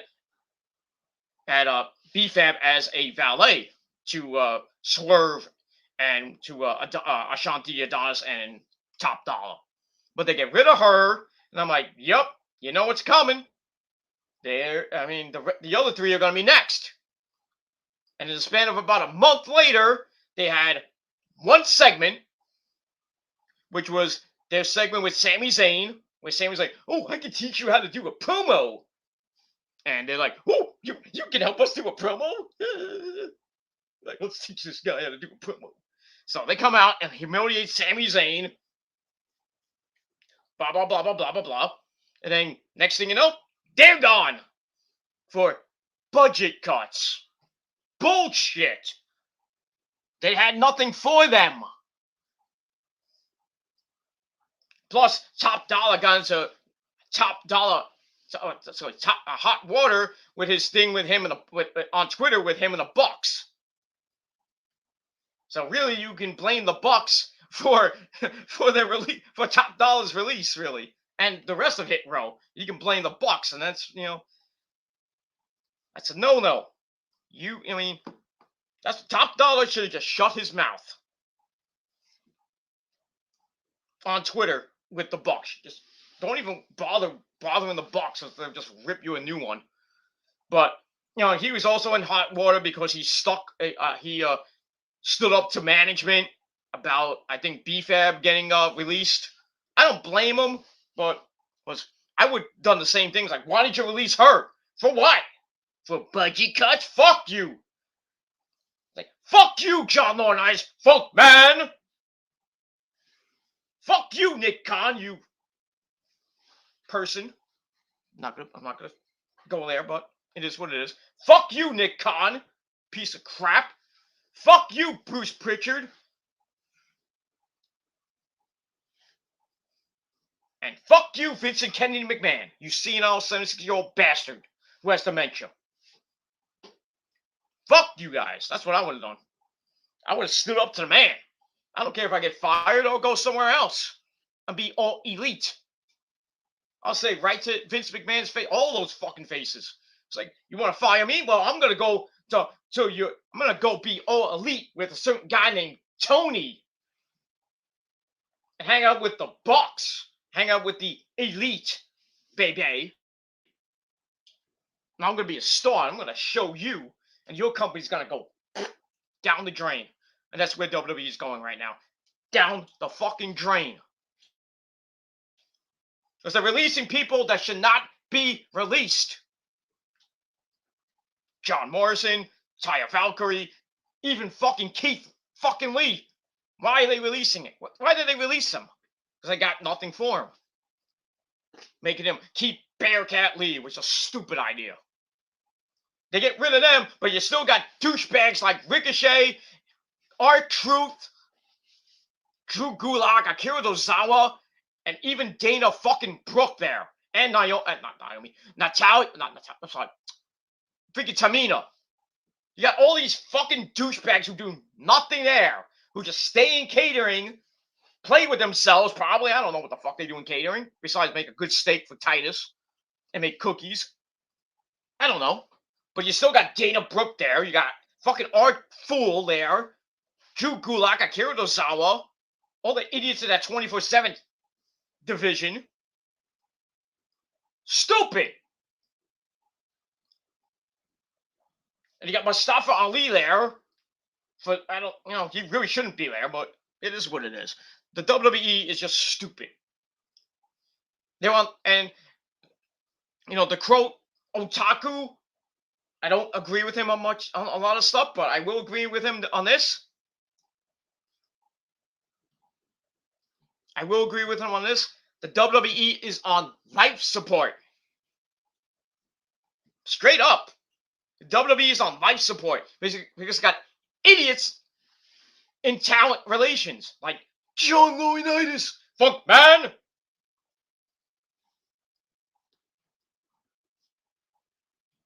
Funkman is the guy that's actually telling the people, like, oh, this is about budget cuts. We're really sorry, but we, good luck in your future endeavors. Click. Or emails them, like, emails them now. They call them and then they email them. It's like, oh, you're released. Good luck wherever you go. And they can't wrestle for 30 days if you're from NXT, or 90 days. It is what it is. And the rosters are thinning out so bad. There's basically nobody in NXT. It's like 30, 40 people in NXT. You know how many people on 205 Live? 5. 5 people. So 205 Live is going bye-bye. That's a fact. Fuck 205 Live. And fuck Main Event for that matter. Because who wants to go on Main Event? Fuck that shit. And the Raw and SmackDown rosters are thinning out pretty quickly, too. The WWE released 80 people this year. 80! Some of them should not have been released, like Andrade, Tommy N, Malachi Black, Selena Vega. Then they brought her back. And then, they brought her back. They jobbed her out. Now she's a massive fucking heel. And she's winning almost every goddamn week. Because she's now Queen Zelina.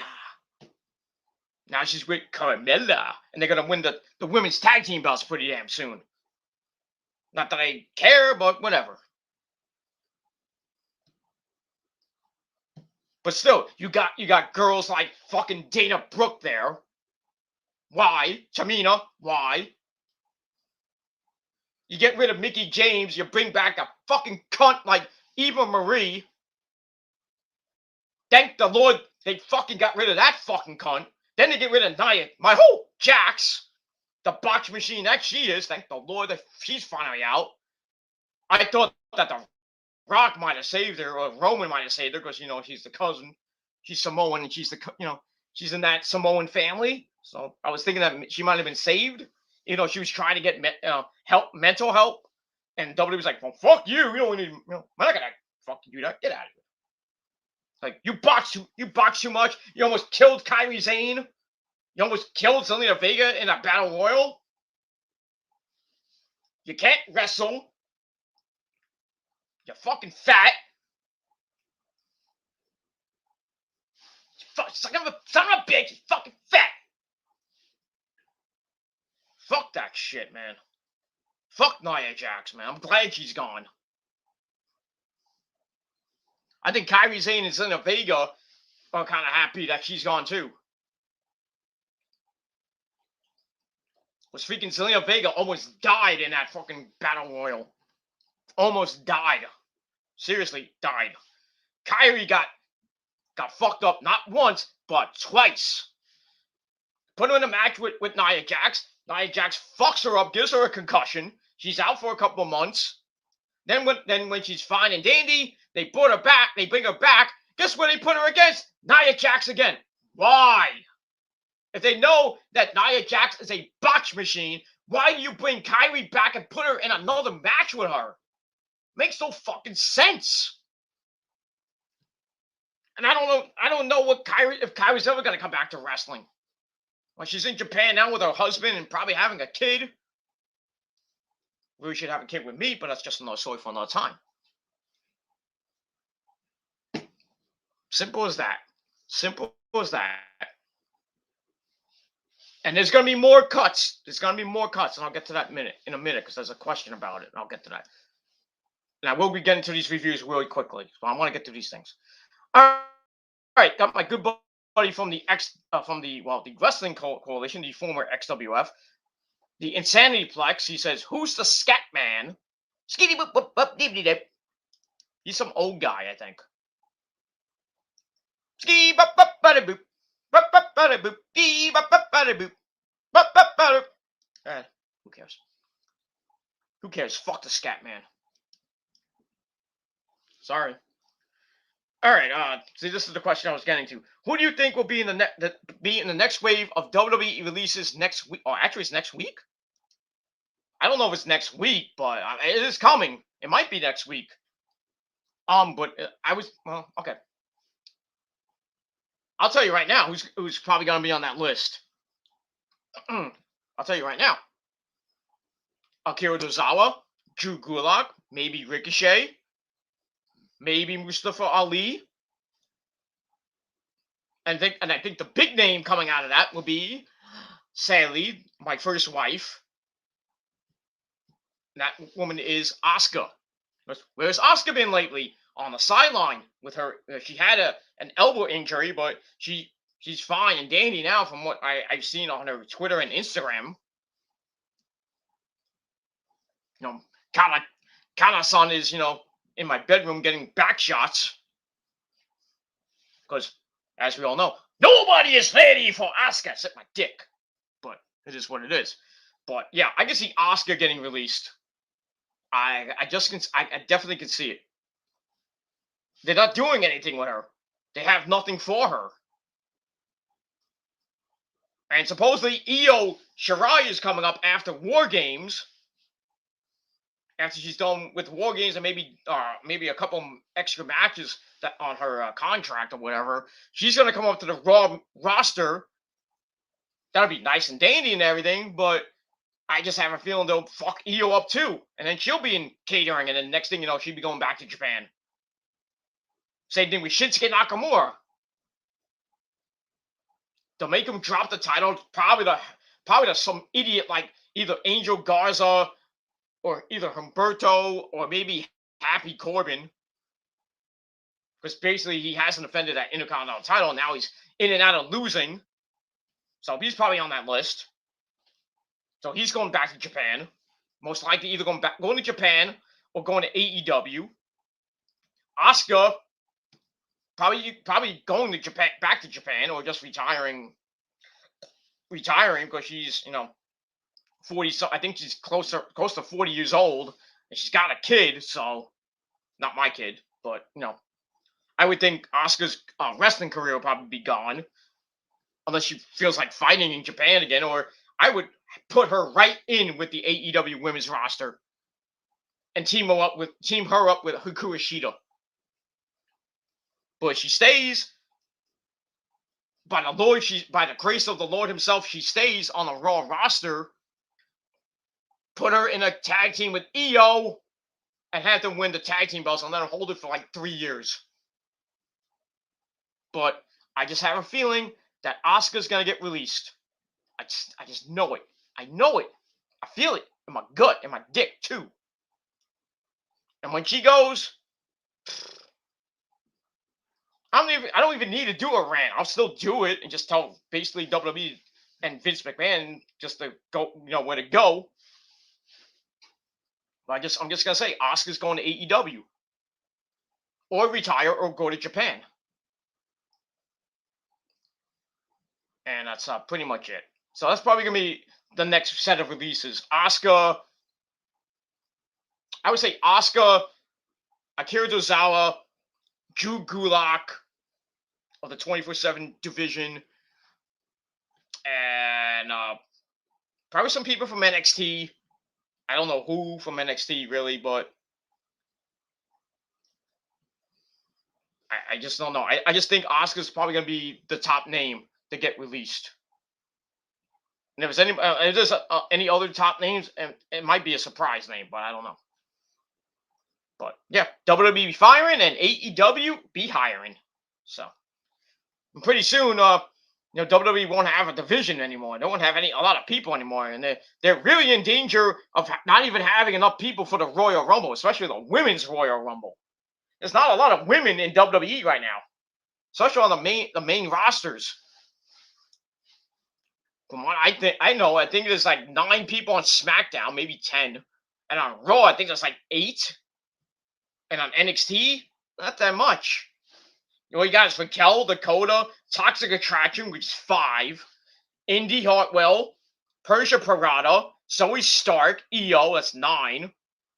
Am I missing someone? Oh, Candice LeRae, if she comes back after having a baby, that's 10. Then Lacey Evans, if she comes back, and Alexa Bliss when she comes back from getting married, and Lacey after she has her baby, or she had her baby, when she has to get back into shape and everything. So not many women are going to be in that Women's Royal Rumble. I don't know how they're going to get 30 people. They're getting rid of everybody. There's probably not going to be a Royal Rumble for the women. I don't know about the men, but for the women, probably not. I'll be shocked. Not really shocked, but you know what I mean. But yeah, WWE's on life support, right? And probably be dead by next year. You probably won't see NXT next year. Because NXT is probably gonna get rid of Ciampa and all the old farts. Then they want to have, they're gonna get 18 to 24-year-olds on NXT as the future of WWE. My left nut. I mean, it's huge, but I mean, come on. But yeah, that's it, man. Fuck the WWE, man. Fuck them. They're done. WWE's done. They're dead. They're deader than TNA right now. Sadly, the TNA's still around with their 55,000 views. But I digress. It is what it is. Alright, I don't know who this is. Probably another troll, whatever. Benny Bam says 24/7 division shout out. Okay. Are you part of the 24/7 Jobber Coalition? Oh, go ahead. I don't know. Don't care. Don't care. Alright, Insanity says, Gilly, tell your fans to join the Wrestling Coalition. Well, do it today. Join the Wrestling Coalition on Discord. Or just look it up on Google. That's pretty much it. And maybe join today and join a pretty good E-Fed. I'm still kind of part of it, but I don't think I'm gonna be doing any RPs or wrestling for them anytime soon. I got a life to worry about and a job and stuff, so I can't really put my focus back on RPing for the Wrestling Coalition right now. So like I did for the freaking what you call it, for the XWF before it became a pedal fed. Oh, my 2 fucking pedos.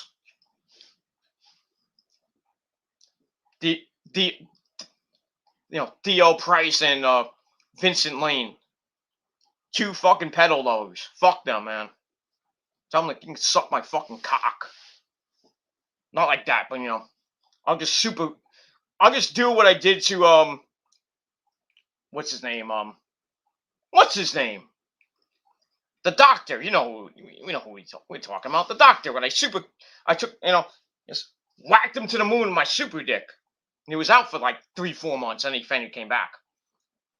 And then it is what it is. And then next thing I know, I got fired on my birthday last year for that fucking Fed that's basically dead now. Fuck, man. Fuck them. But it is what it is. But yeah, join the Wrestling Coalition today on Discord. And their website. Just type in Wrestling Coalition on Google or whatever. That's it. All right. Got more questions. I gotta get this review going because I don't even know. I gotta do some stuff, and I really gotta get at it. Gotta finish this review, and I'm gonna try to edit it up and then go to sleep. But it is what it is. Anyway, okay. Insanity Flex says, is it true Oscar is trans? No. And fuck you, by the way. Don't ever mess with my wife. Don't mess with my first wife, Oscar, okay? So I'll fuck you up. You want to get dick punched? Then shut your mouth. Don't you diss my first wife, Oscar, okay? And don't mess with the demon assassin Valerie Sky either, okay? Don't mess with the prophecy. We'll fuck you up. But I digress. But no, she's not trans. If she had a kid, she's not trans, okay? So, shut the fuck up. Anyway, Benny Bam says, Shane Carver wants you in an unhealthy way. Well, Shane Carver Shane Carver's a nut job. He's a piece of shit. He's a good piece of shit because he got me that job in XWF. And in the other XWF that was supposed to be the XWF, the new XWF, then that folded. That folded like a house of cards. And now he kind of got me in the Wrestling Coalition. I think it was him or Soldier actually got me in, but yeah. Shane Carver fears Gilmore. And he fears Soldier too. But I digress. But yeah, I don't swing that way for Shane. If I have a hot smoking wife like Valerie Sky, so it is what it is. Shane can go have sex with John Madison. So but I digress. Alright. Hopefully this is the final comment. I'm gonna go run through these results and then we're going to bed. Alright, Benny Bam says he is right about Vince and Theo. Yeah, I am right. There are 2 pedal lovers. They fuck each other in the ass with a spiked colonic and then they stick it in their mouth. Fuck those guys, man. And if they they ever somehow message me, say, hey, you want to come back to the XWF? Fuck no. I would like an apology, but I'm not going to take it to heart because both of you fucked me over. when I was asking for help around my birthday because I was gonna take some time off until the January 2021 pay-per-view. And what do I get? I get fucking bullied and harassed for no apparent reason. And the next thing I know, I get warned, and then next thing I know, I'm IP banned from the fucking pedophile site now. So, and I try to talk about it civilly on Twitter. They acted like a bunch of fucktards, even with their little butt buddy Fuzz. Fuck him too. And fuck the entire XWF. It's dead. Thank the Lord. It's dead. It's not even in the top 10 of the best e-feds on the internet. It's a fact too, man. I don't e-fed no more. I have no time to do an e-fed. I can't even make my own e-fed that I used to have. I can't even go back to that e-fed. And make ridiculous fucking matches that I used to make back in the day when I was on my radio show. I can't do that anymore. I got a life now. I gotta work. I gotta bang the missus on an almost daily basis. And I gotta, I put YouTube. I put the e-feds to the side, and I put YouTube to the side because YouTube is not my number one priority, unlike something people say. But and to that they get this. So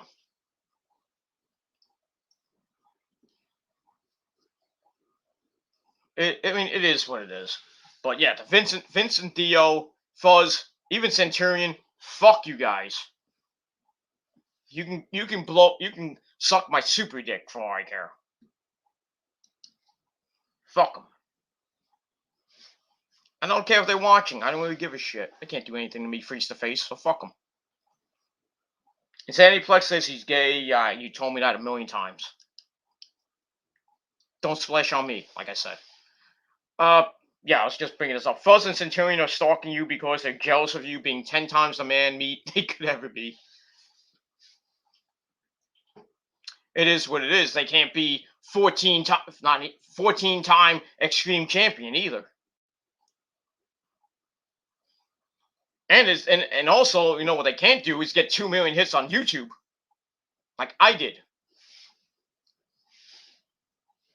For an In This Moment video that I was in. That I was on stage for. I was on stage with In This Moment when they did the cover of 9 Inch Nails Closer at the Black Widow release party, November 2015. Has just about 2 million hits. People say I don't get credit for it because it's not my video. Oh, but I'm in the video. So it does count as my video, motherfuckers. It does count. It might be In This Moment's video. Yeah, they get most of the credit. I'll take some of that credit with me too. And I'm not piggybacking off of them either. I'm glad I was part of the video. Even if it was for a total of 15 seconds. Best 15 seconds of that video, by the way. Well, next to looking at Maria Brink's hot fucking ass, but come on. I mean, it is what it is. If you don't like it, too bad. It's not your video. My video. I'm a superstar. I'm the only person in that so-called wrestling community called the WC who can get 2 million fucking hits on a video. The only person in the YWC to be in a music video that has almost 2 million hits. And that's why all these fucking jealous trolls are jealous of my success. You don't have a wife. You don't have a job. You can't get. You had the worst views in the YWC. First of all, I'm not in the YWC. Second of all, I do have a job. Third of all, you can't get 2 million hits. You will never be in a music video with your favorite band on stage rocking the house with a couple, maybe 500 to 1,000 people in Webster Hall in New York City watching you and rocking out with you. You will never do that. So, fuck you. That's all I gotta say about that. You can blow me for all that, for all I care. Because you will never get that. You will never meet the celebrities I do. You will never meet the wrestlers that I meet, especially the indie wrestlers that I meet. And the celebrities I meet. And be on stage with them. And I wasn't picked as a Make-A-Wish kid for all you dumb people at home. It's called privileged and knowing the band.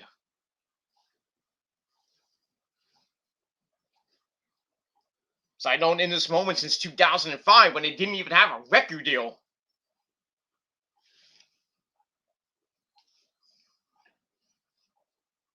I met them in the summer of 2005 on that old website called MySpace. MySpace, Kenny? MySpace? Are you kidding me?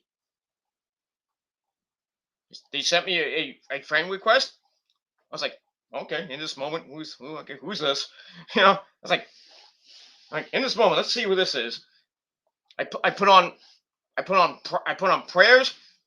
I was like, great guitar tone. Next thing you know, I hear Maria Brink screaming her ass off. I'm like, holy shit, this is gonna be the greatest band in the world. And they are. They are the greatest band in heavy metal. Not of all time, I'm saying right now. Well, for the last 16 years. And even I got the shirt to prove it, so it is what it is. I mean, you can't see it. I'll get up for you, but it is what it is. See? See? This is why I love this band. This woman right here has saved my life many times from suicide. See? 17 years of Maria fucking Brink. And In This Moment. Well, not In This Moment. In This Moment's been around since 2005. But Maria Brink's been around for 17 years, singing her ass off. And she's around my age, by the way. She's going to be 44, 6 days before me. And the great guitarist Chris Howarth is his birthday's around the same month as me, 9 days before my birthday. So that's why December is the greatest month of in the entire year, because you got lots of great people that freaking that have birthdays around the same time as me. Ozzy is on the beginning of December. Chris Howarth right in the middle of December. Maria Brink is 3 days after him, and 6 days later is my birthday on Christmas Eve. So, and I share the same birthday with Jesus Christ and Lemmy Kilmister of Motorhead, a legend. So I share my birthday with a legend and the greatest. The Lord. How cool is that? Oh, you're just lucky to have the same fucking birthday as Lemmy. No, I'm not lucky. I'm gifted. There's a difference.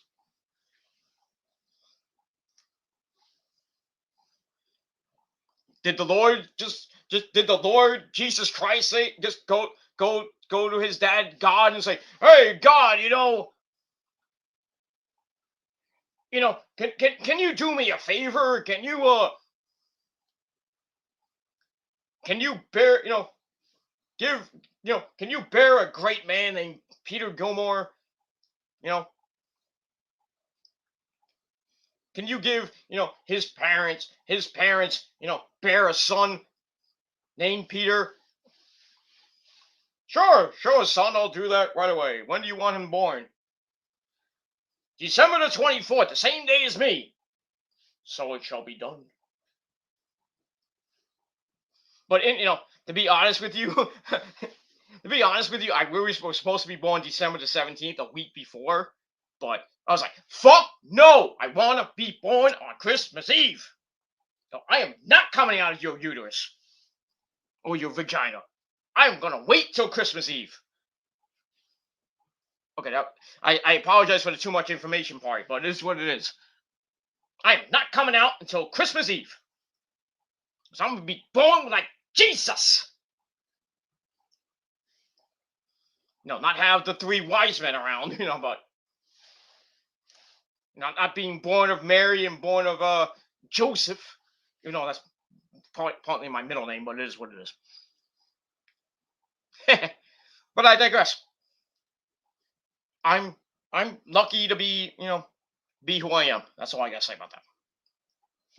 I'm just lucky to have opportunities like that in the music realm. And I'm still gonna have plenty of memories to come. So, like I said,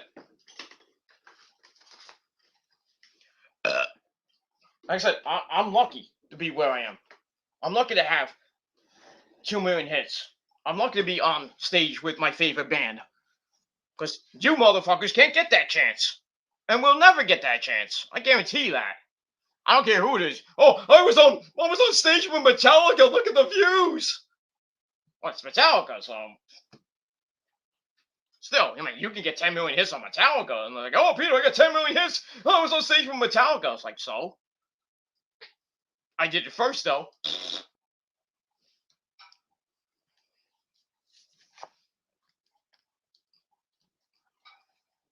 It is what it is, and like I said, I'm so popular in the music realm. I met so many legends, like I didn't meet him, but I wanted to. Eddie Van Halen. I met Zach Wild. I met Kevin Dubrow of Quiet Riot, Frankie Banali, God rest their mighty souls. Dimebag Daryl, and his brother Vinnie Paul of Pantera and Damage Plan. Get you Pool. Met them. I met Dimebag's wife, who's a very nice lady. I met a legend. I met Lemmy a few times. I met Rob Halford of Judas Priest. Mr. Pete Killer. That guy. I met Jason Newsted, formerly of Metallica. I met Seven Dust. I met Jonathan Davis of Korn. I met Rob Zombie, John Five. I met Joey Jordison before he died. I met Corey Taylor. Ask him what he thinks about that. By the way, that's a joke. I met so many freaking musicians. It's not even funny. And celebrities. Does that make me like, oh, you met them because you were Make-A-Wish kid? No. It's not because I'm lucky. I just been at the right place at the right time. And if you don't believe me that I met certain people, then what's this? Oh, this is photoshopped? You think this is photoshopped, motherfuckers? No. Okay? That's not photoshopped. That's the real fucking picture. 20 years ago, but it is what it is. So to say that I'm a Make-A-Wish kid, that I got, this and that, the video that I was in that has almost 2 million hits, it's not my video. I don't get credit for it. I'm piggybacking off in this moment. No. You all can go fuck yourselves. Because you'll never be the person that I am. And you will still be jealous of me and do your little fucking bullshit trolling and stalking. That's all you can do. Because you can't come face to face and say something in my face. You'll never do it. You will never do it. Because you'll try, I'll just fucking laugh at you, and then I'll be on my merry way. And that's all I gotta say about that. So fuck you. Alright, I'm gonna finish this off now. Robbie Bourbon likes inappropriate pancake ingredients. Okay.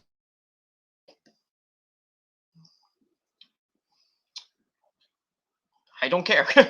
I don't care. I really don't care about those people. I don't care about the people that used to be in the XWF anymore, except for Soldier and maybe Maddie to an extent, even though he's a jerk, and Shane. And other than that, really, there's a few people that were in the XWF. They're good people, even though some of them act like jerks, like Shane and like Maddie. They're cool people, but they just whack sometimes. I just let them be wacky. But my good buddy Sid Fetter, I don't know where the hell he is. Soldier's around every once in a while. He'll reach out to me. But other than that, that's my cool peeps in XWF. Everybody else can suck my dick.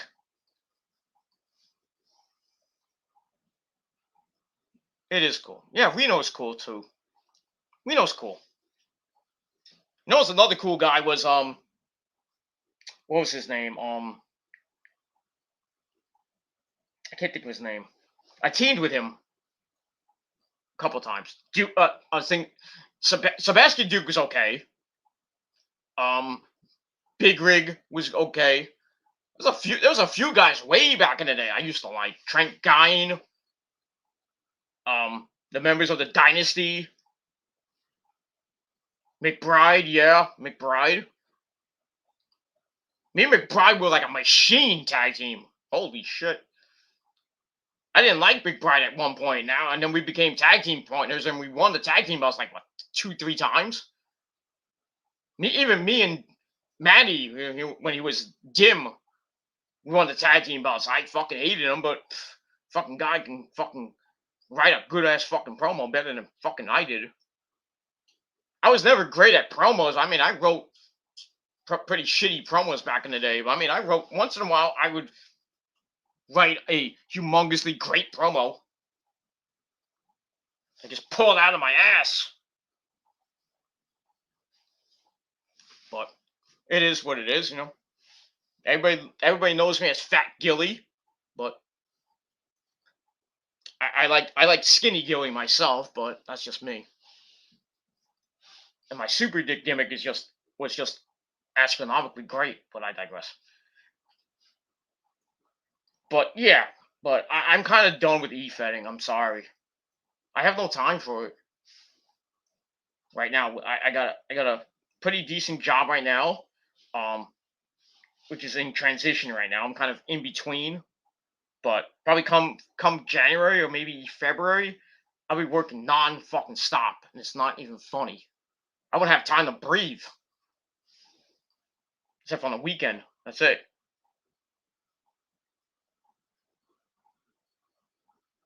It is what it is, and that's pretty much all I gotta say about that. So, all right. It's freaking almost 2:00. I want to finish this up. I haven't even started, but I love you guys anyway.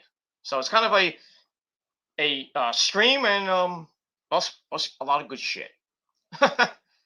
Just basically me and Lauren, and then me and the former members of the XWF, the good people there. But I digress. All right, we're gonna finish up. Sandy Plex says, "I'm tired of all these jealous people wishing they could be you." I'm tired of it too, dude. I'm tired. I'm tired of all these fucking trolls, man. These 3 mindless zombies that work for a bald-headed bastard from Fall River, Massachusetts. I'm not gonna say his name because his name is irrelevant. That's not his real name, but he's just an irrelevant, bald-headed bastard. And his little butt buddy army of basically 3 people. They just love to get my goat, and they think that by doxing me is gonna humiliate me. No. Think sending me pizza is gonna make me mad? No. I just send it right back. They're wasting their money and their hard-earned money on me. I don't give a shit. I don't give a shit.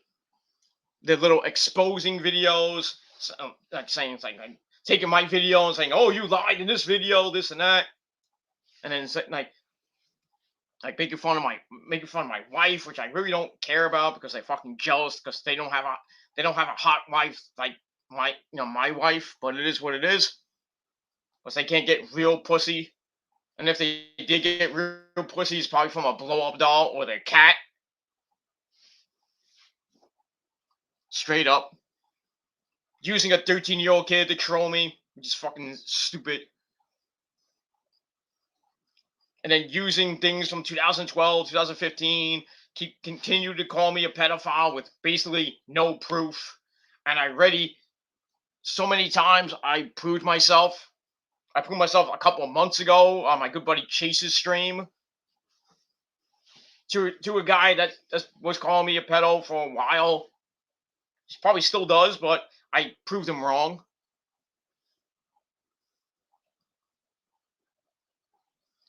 I said, yeah, I'll take responsibility for that, but I'm not a pedophile. So what happened? The entire YWC, the former YWC, gave me a free pass. You know, that guy says, "Oh, slap on the wrist." Fuck no, I get a free pass. I've been getting a free pass ever since 2015, basically. So, but these three fucks think that I'm a pedo because I wanted to rape a 13-year-old kid and meet a 13-year-old kid and rape him a new asshole because he thought he was trolling me. Like, I would meet a 13-year-old kid and fucking rape the guy. Fucking stupid. Fucking stupid, man. Fucking no-life fucking trolls. Oh, why don't you come to Philadelphia? I'll kick your ass. I'm not going to Philadelphia. I would go to Philadelphia, but not to kick your ass. I would go to visit my cousin. Or go to the ECW arena. That's it. That's the only reason I would go to Philly. Not to go there and you not even there, because you don't live in Philly. And another guy supposedly who kind of say, "Oh, I'm from Jersey. Here's the proof." And yeah, kind of had two videos basically not even showing proof of blah blah blah. I was like, "Oh, I'm driving on the I-95. I'm driving on the New Jersey Turnpike. I'm from Jersey." Doesn't mean you're from Jersey. I work in Jersey. Well, show the proof, dummy. Don't show it on Instagram. I'm like, "Oh, my girlfriend's on Instagram." So is a whole bunch of other people. Just too pussy to show it on YouTube because you don't want to get humiliated because it's a blow-up doll. Or it's just an ugly-looking fucking whore with fake titties. It is what it is. Stay in your fucking lane. Because you're not going to come in my lane. That's a fact. Because nobody's going to come to my face and shut me up. Unless they want to get a Gilmore cutter. And then proceed to get put in the hospital or a nice, good padded cell. That's it. But like Insanity Plex said, they're just jealous of my superiority. And they will expect my authority. And they will still do what they do best. Suck my dick. And as I am your tribal king, they will acknowledge me. Simple as that. Those three fuckers will acknowledge me. They've been acknowledging me for over a year now. And that little thing on my birthday is gonna blow up in their fucking face. So I'm not going anywhere. I'm gonna be, I'm gonna be right here on the couch, celebrating my birthday and getting my fucking dick sucked and fuck my girl and get the good sex on my birthday. And what they're gonna do? Sucking my dick and dreaming about me. And getting shit in their stockings. And then when 2022 comes, that's the same. They're gonna do this. They're gonna keep doing it. Because at this point, I don't care if they're watching right now. I don't give a shit. They're gonna continue. You guys are gonna continue to acknowledge me. I'm done with you fuckers. You think I'm not? I'm going to. I'm telling you. You won't be seeing me. You won't see me in your comments for much longer. That's all I gotta say about that. So you guys can kiss my rosy red Italian ass and suck my dick and drink my cum and then proceed to choke and die. And that's it. All right. Reno is cool. Mr. McBride. Dim. The weird guy. We love you anyway. Yes, thank you. Not like that, but thank you. We know you're not a pedo. That's why XWF banned you, basically. Basically didn't give two shits about my mental health.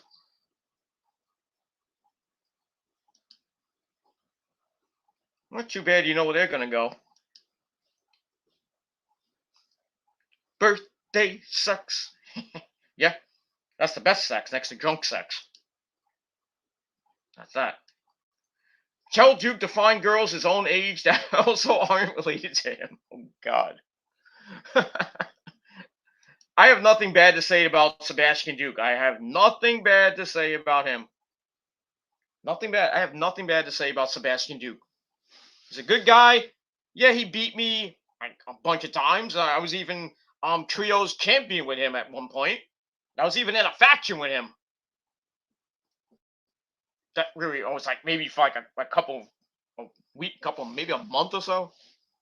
That whole what was it called? What was that fucking thing called?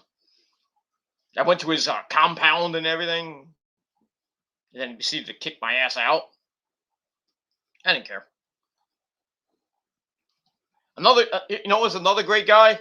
Chris Chaos. That's another great guy. I love that guy. Not like that, but he's a great guy. I don't talk to him anymore, but whatever. Thaddeus Duke. He loves trios. Okay. I love trios too.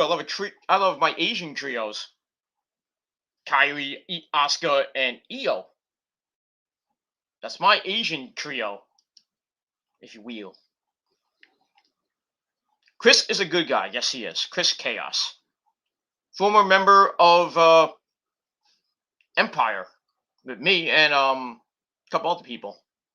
Former tag team champions, by the way. 6-time XWF tag team champions. No, I'm just saying by myself. I mean, 6-time tag team champion, 14-time Extreme champion, 4-time Heart champion, 1-time heavy metalweight champion. I basically won every goddamn title there. I've had a pretty damn good career there. Finalist in one of the, actually, former Universal champion for like 2 weeks. At least it counts. Chaos was an XWF Universal champion. I remember that. I was going after him, I think, at one point. I was going after Maddie with the king of the XWF, and then him with the Universal champion as well. I mean, I've had a good career in XWF with all the titles I won and all the memories I've had. Blah, blah, blah, blah. Yeah, I know he lost to Reno. But I think the one thing that I think I will go down in XWF history with, besides all the titles I won and basically my super dick and everything, and fucking all the chicks, I think the one memory that I think I know you guys, some of you guys will probably agree with me on this. The one thing that I will go down in history for the XWF, you know what that is? Beating Vincent Lane. Not once, not twice, not 3 times, not even 4 times. I beat Vincent Lane 5 straight times, and he cannot get over it. That's why he probably fired me, because he was too scared I was going to beat him a 6th time. But look where he is now. His XWF is no more. It's gone. It's a pedo fed. Nobody's there. Their star player was like Roman Reigns in that fucking fed. I basically put the XWF on my fucking back. It's true. That's all I gotta say about that. So, Vincent Lane, you can go fuck yourself. Theo Price, you can go fuck yourself. Fuzz, Centurion. Basically, everybody else that fed now can go fuck themselves. Even the old owner of the WGWF can still go fuck himself. Who was that guy? Chris Page? Fuck him too. Not like that, but fuck him.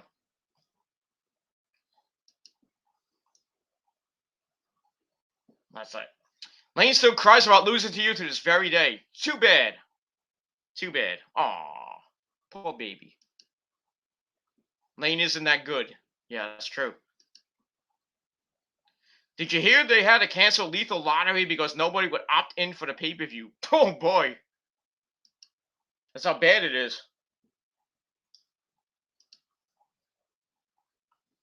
Rex, he means you, bud. What? Okay. But yeah, fuck the XWF now. Fuck Vinny Lane and fuck everybody who's in that federation right now. And if I ever could go on that fucking site again, if it wasn't IP banned, I would go in there and tell them themselves and then leave.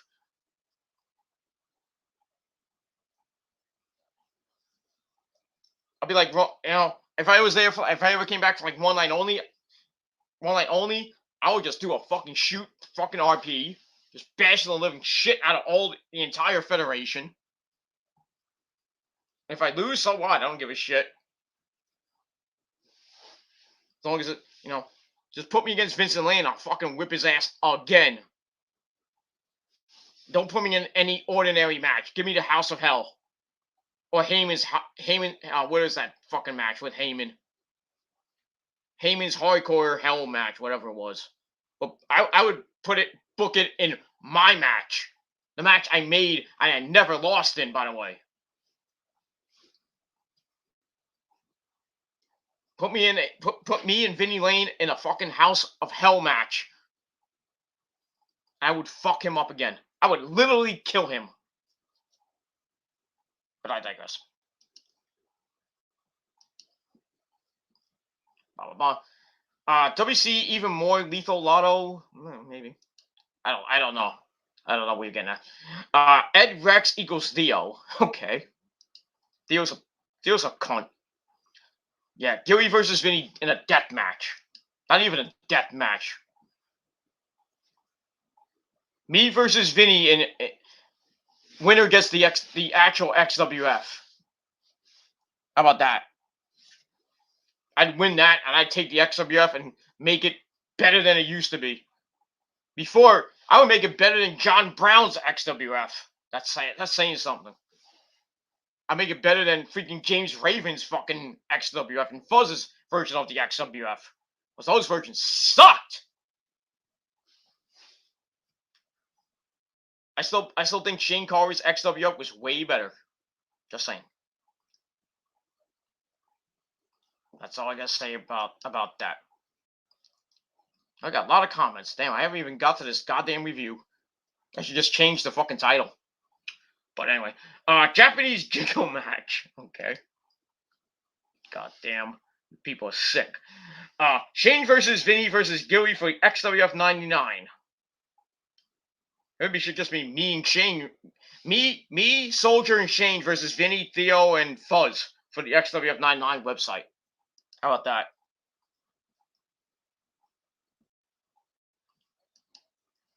Okay.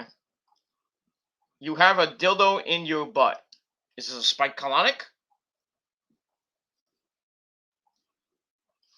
Gotta be careful of those spike colonics. Just saying. Alright. Alright, one more comment and I gotta finish this. Benny Bam says James Raven for president of the Crash Police. James Raven for Ryan Reynolds dick sucking club. You know how he had his pick base was Ryan Reynolds, and Ryan Reynolds is a fucking cunt, by the way. By the way, he's mooching off The Rock in that new movie that The Rock and him are in, Red Notice, with The Rock, and Gal Gadot, no, Wonder Woman. You know how much dick he's sucking on that one? He's sucking a Rock's dick for that movie. Just saying. And nothing bad to say about Gal Gadot. She's no Halle Berry, but or Salma Hayek. By the way, speaking of Salma Hayek, she got her star on the Walk of Fame today. That hot piece of ass. I like to suck her fucking titties. But I digress. Funny since Deadpool describes his RPs well. Okay. I have nothing to say about Deadpool. That's a great movie. That's the only good thing that came out of Ryan Reynolds' career was Deadpool. He sucked dick in Blade 3, I think it was. Other than that, I really don't give a shit about his movies. Horrible in Green Lantern, by the way. But I digress. All right. Let's finally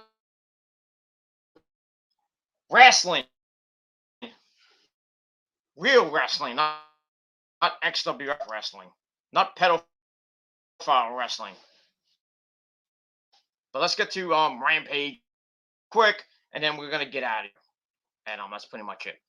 All right, so Rampage last night, or if you're watching this from the Chartway Arena in Norfolk, Virginia, where Dynamite was, and as always, our commentary team was the team of the man behind the mask, Excalibur, the champion himself, Chris Jericho, the man from Red Hook Brother, Taz, and member of Team Taz himself, the FTW champion that barely defends that goddamn belt, Absolute Ricky Starks. And that's it. All right, this is the Friday edition of Rampage, the aftermath of we some good stuff on the show. Main event of Adam Cole, baby, and Fish reuniting as the Undisputed Era to take on Jungle Boy Jack and Luchasaurus. We also saw Bryan Danielson taking on Evil Uno, and we had Jade Cargill and Thunder Rosa. Jade Cargill and Red Velvet in the second round of the EBS tournament. And that's pretty much it. But we start off the show our first Billy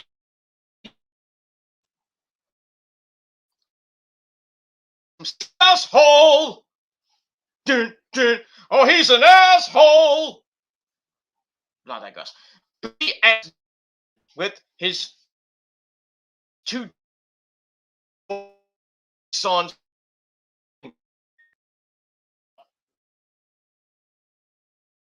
Austin Gunn at ringside takes on the man, creepy guy himself, Darby Allin, with the man called Sting. Great.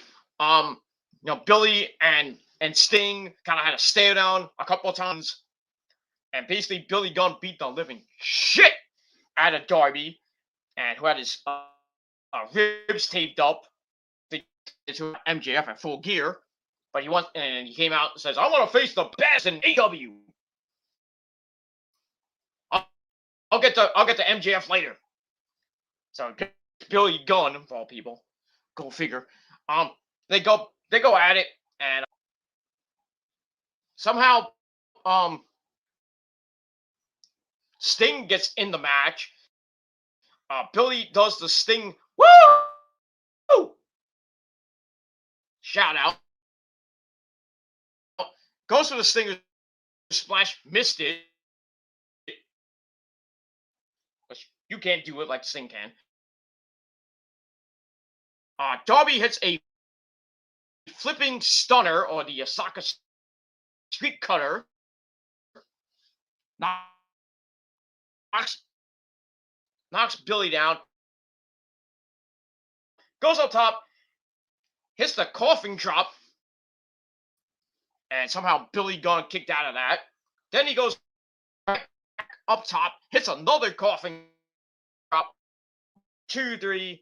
He gets the win, and just under 9 minutes.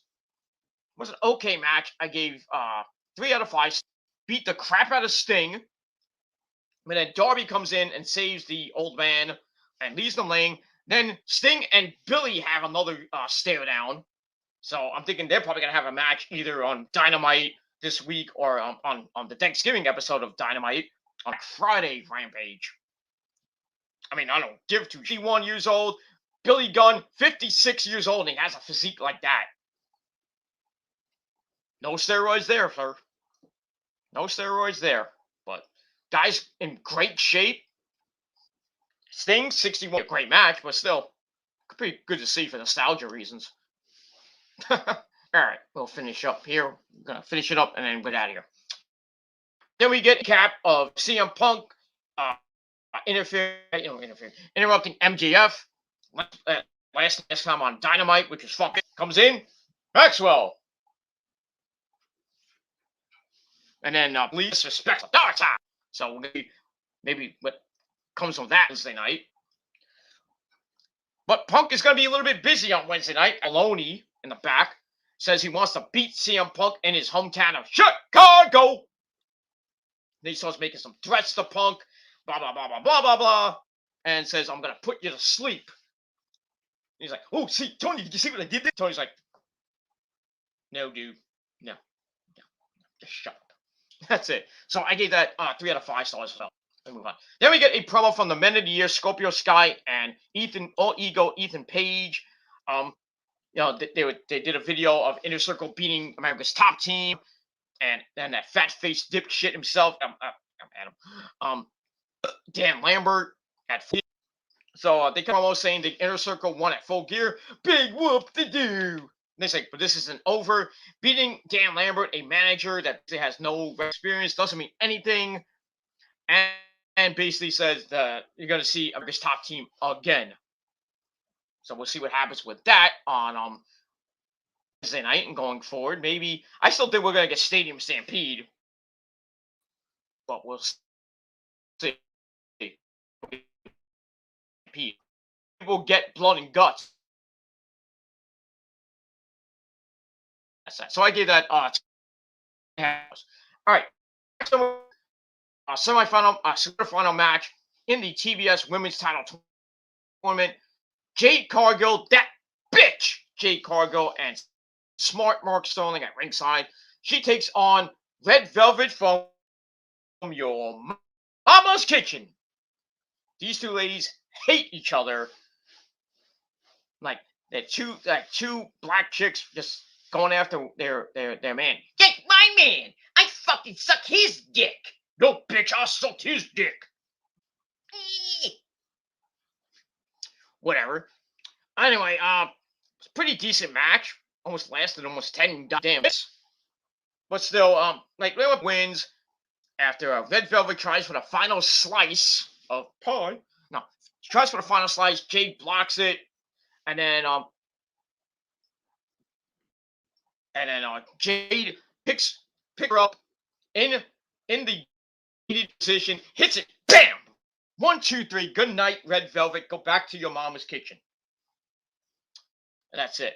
So match is all right. I gave it 2.5 out of 5 stars. So Jade Cargill goes on to the semifinals, where I believe she will take on either Nyla Rose or Thunder Rosa. I think. No. She takes on. No, she will take on Thunder Rosa or Jamie Hayter, and they're going to have their match on Wednesday night. So that's going to be interesting. I thought it was going to be Jade and Thunder Rosa possibly in the finals, but we could see this in the semifinals. I still think Jade's going to win the title, TBS Women's title, but at this point, I want it to be Rosa in the finals on the January 5th, but they're not in the same brackets, so I'm thinking it's going to be Jade Cargill and maybe Ruby Soho in the finals. Not the greatest match, or Jade Cargill and We'll see what happens in the quarterfinals of those matches, and then the semis.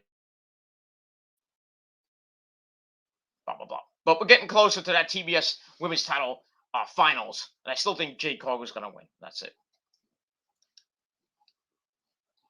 All right, chat room's still open if you want to chat. I know it's like 2:22 in the morning, and I went for 2.5 hours. I didn't really mean to, but it is what it is. I still got enough time on my StreamYard, but this was. All right, so she gets to win. Jade Cargill gets to win, and moves on to this. And Thunder Rosa, Richie Hayter in the semifinals. Speaking of Thunder Rosa, she cuts a promo saying she's ready to beat Jamie Hayter up, move on to the semis. Then she starts yelling in Spanish. I think she curses, bleep that, bleep something in Spanish. What did she say? Bejo? Beta? Bedeja? That's a fucking bad word. Fuck censorship, man. Fuck TNT for that, too. What would you fucking... You curse in Spanish. You don't even know what the fuck it means.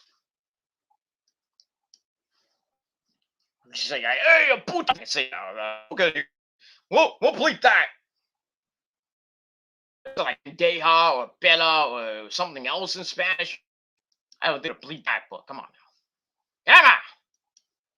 But I digress. So we'll see what happens with Thunder Rosa on Wednesday as she takes on Jamie Hayter, part of Dr. Britt Baker's group with her and Rebel. And we'll see what happens on Wednesday night in that match. Should be a pretty okay match. All right, then we get a rundown of what's going to happen on Dynamite. Like I said, that match is going to happen. We got Bryan Danielson and Colt Cabana, the man who sucks dick, in a match. Then we got an 8-man tag team match with Cody and Death Triangle, Pac, and the Lucha Brothers, Pentagon, Zero, Miedo, and Rey Fenix taking on Malachi Black, Andrade, and FTR. See what happens with that match. Should be some good shit.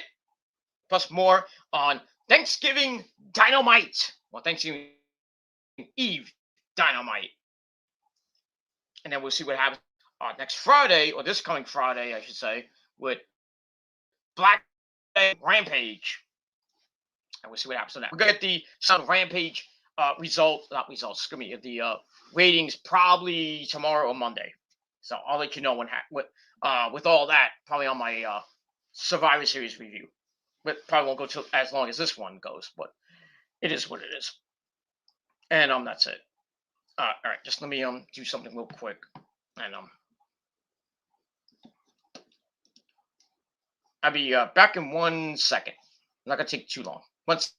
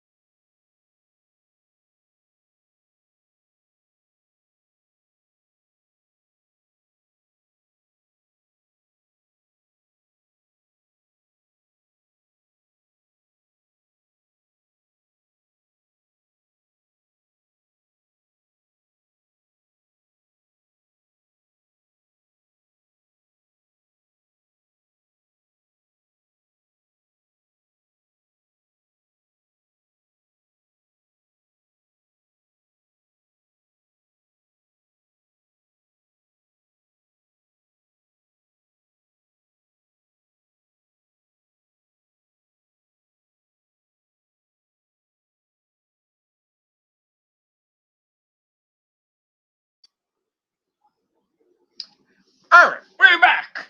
Did you miss me? I hope you did. All right, move on from there. All right, so I left the week of Dynamite. So after that, we go to a promo with Tony Baloney and the man himself, the man from Chicago, CM Punk, and he facing QT Marshall on Dynamite this Wednesday night, and basically saying, I won some big matches in Chicago. I've also lost big time in Chicago. And basically says, you don't come into my hometown on the day before Thanksgiving because we're going to see who the turkey is. So, yeah, so we're going to see CM Punk against QT Marshall. to be in. I think he'll win the match, and then MJF comes out like, "Oh, you're just spin," and then maybe we'll finally get that promo off that we've been waiting for. Because all our dicks were hard on Wednesday night when Punk to face MJF. But if they're gonna go into a program going into 2022, sign me up. Sign me up and take my money. I just hope fucking Punk beats the fuck out of him. I don't want him to put this fucking 24-year-old piece of shit over as a Michael Dick. Fuck him. But I just have a feeling that MJF's gonna beat Punk and continue to be a prick. But I think Punk needs to shut this guy up. On the mic and in the ring. Just my opinion. But it is what it is. Alright, after that, we get a look back at the confrontation between Hangman Adam Page, the AEW champion, and his number one contender, Bryan Danielson. That whole thing that happened. And then Danielson beating the crap out of Evil Uno. And then basically turning heel. And then beating the shit out of Evil Uno. Then saying he's going to take care of the rest of the Dark Order. And until he gets his title match with Adam Page. I still think it's going to be either on January the 5th on the TBS debut, or maybe at Battle of the Belts on January the 8th. Wherever that may be. I know the last Dynamite is January the 29th. December the 29th in Jacksonville, Florida at Daly's Place for New Year's Smash. And that's it. And also on December 15th, they're going to do Winter is Coming 2. So, a lot of good things coming your way next month, going into January at AEW. And you never know who could be coming into AEW pretty soon. That's it. All right, so we get that. I gave Punk's promo 3 out of 5 stars, and that's it. I didn't rate that. I don't have to rate the Bryan Danielson video package. What's that? All right, then we get a face-to-face thing with Mark Henry as the main event. With the Super Click, the Young Bucks, Matt and Nick Jackson, and the mercenary himself, Bobby Fish, and the man himself, Adam Cole, baby! As they side by side with Jurassic Express, Jungle Boy Jack, Luchasaurus, and Christian Cage. Adam Cole rants about the concerto that Jungle Boy Jack gave to Matt Jackson. That's why the Bucks are not medically cleared yet. So they're taking a week off, I guess. They're gonna come back probably next week. They try to get rid of him, and then got rid of the Bucks. But then Jungle Boy's like, "Well, I beat Bobby Fish before, all right, I can do it again." Christians, it's interesting to see the Super talk a big game when they have the numbers advantage, but when they don't have the numbers advantage. They basically suck. They want to right. So Christian says, "Bobby, you can be there, and blah blah blah. But I'm gonna be here. I'm gonna bring my." He has a steel chair in his hand. So that's that. So I gave that 3 out of 5 stars. And then we hear Mark Henry's like, "The time for talk is over. It's time for the event," and nobody cares.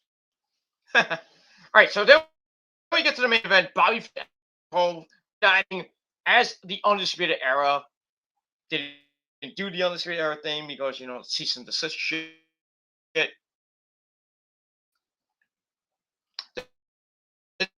Jurassic Express, pretty decent match. Eventually, Matt and Nick come down, tries to cause a distraction, backfires on Chris with the hair, and he runs him off. Blah blah blah. Homage to in the match as they hit Chasing the Dragon on Jungle Boy, but Jungle Boy comes back, tries to knock in the snare trap, gets blocked. They get a springboard,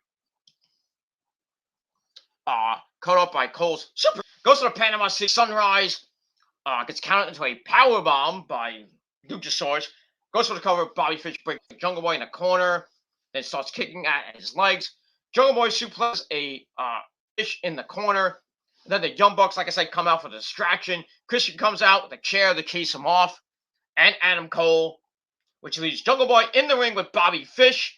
He locks in the snare trap, and Bobby Fish taps out right away at a little over 15 minutes. So Jurassic Express get the win over the Undisputed Era. Match of the night, and I gave it 3.5 out of 5 stars. That was it, and yeah, just another bad night, bad week, bad weekend, and bad week. Basically, a bad week for the super Undisputed Era of the Elite. Kenny lost, Adam Cole, Falls Count Anywhere match, after expressing and Christian. Then Kenny leaves. Kenny leaves to get the heal up. He's gonna be out 6 months, and wants the Bucks to hold down the fort, where he doesn't give a shit about Adam Cole anymore. So you know they're gonna break up pretty soon, or Adam Cole's gonna take over the Super Click Elite. Kenny comes back. Kenny's like, hey, "You're out." See what happens with that when we get there. And then we, on Wednesday night, there was another bad night for the Bucks and Adam Cole and Bobby Fish, even though they got a little bit of revenge in the ring, blah blah blah, which made the match on Rampage. And then they lost on Rampage, so they had a really bad week. Not looking good for the super duper click Elite, if you want to call it. And that's that. All right, so that's it. As they get some replays opposing from Jurassic Express and Christian, and the Bucks look like unhappy campers with Adam Cole and Bobby Fish there. So it is what it is. All right, so my final Rampage rating is 7 out of 10 stars, a solid 7, and that's pretty much it. That's it. All right, let's quickly get to Smackdown, the go-home show before tomorrow night's Survivor Series event. By the way, check out TDC 210 in the description box, my Survivor Series predictions. Give it a like, give it a thumbs up, and do all that shit. All right, so Smackdown emanated from the XL Center in Hartford, Connecticut, right near WWE headquarters in Stamford, Connecticut. And as always, we had Mitchell Cole and Pat McAfee at ringside. And that's pretty much it. We started off with the Usos coming out, praising Roman Reigns, our tribal king. He comes out and blah, blah, blah. Usos promised to win on Sunday against RK Bro. They give a passionate introduction of Roman. Roman comes out with, "My name is Paul Heyman." And Heyman talks about how much he deserves to be crowned king more than anyone else. That's Roman. Heyman says Xavier Woods should never be king, nor should Big E be champion. He's going to be smashed by the tribal king. So Roman's like, "Wise man, give the mic." And he's like, "Whose idea was all this?" And he's like, he has no idea why anyone would want this because he has already put in the work. Then he's like, "Hartford, acknowledge me." So they acknowledge the tribal king. Then Xavier Woods comes out. King Xavier comes out, challenges Reigns for a fight later on. And he tells the Usos, he calls goons, stay in the back. "Let's just do this man on man, one on one." He's like, "I don't give a shit about what's in the ring. I don't care about the throne. I don't care about the crown. I don't even care about the scepter and the cape." So basically, Roman and the Usos destroy everything. And Roman's about to smash the crown, and then Xavier gets in, gets the crap beat out of him. And then he brings him into the middle of the ring. He's like, "I don't need the props." And then he smashes the freaking crown, which was plastic, by the way. It wasn't a real crown.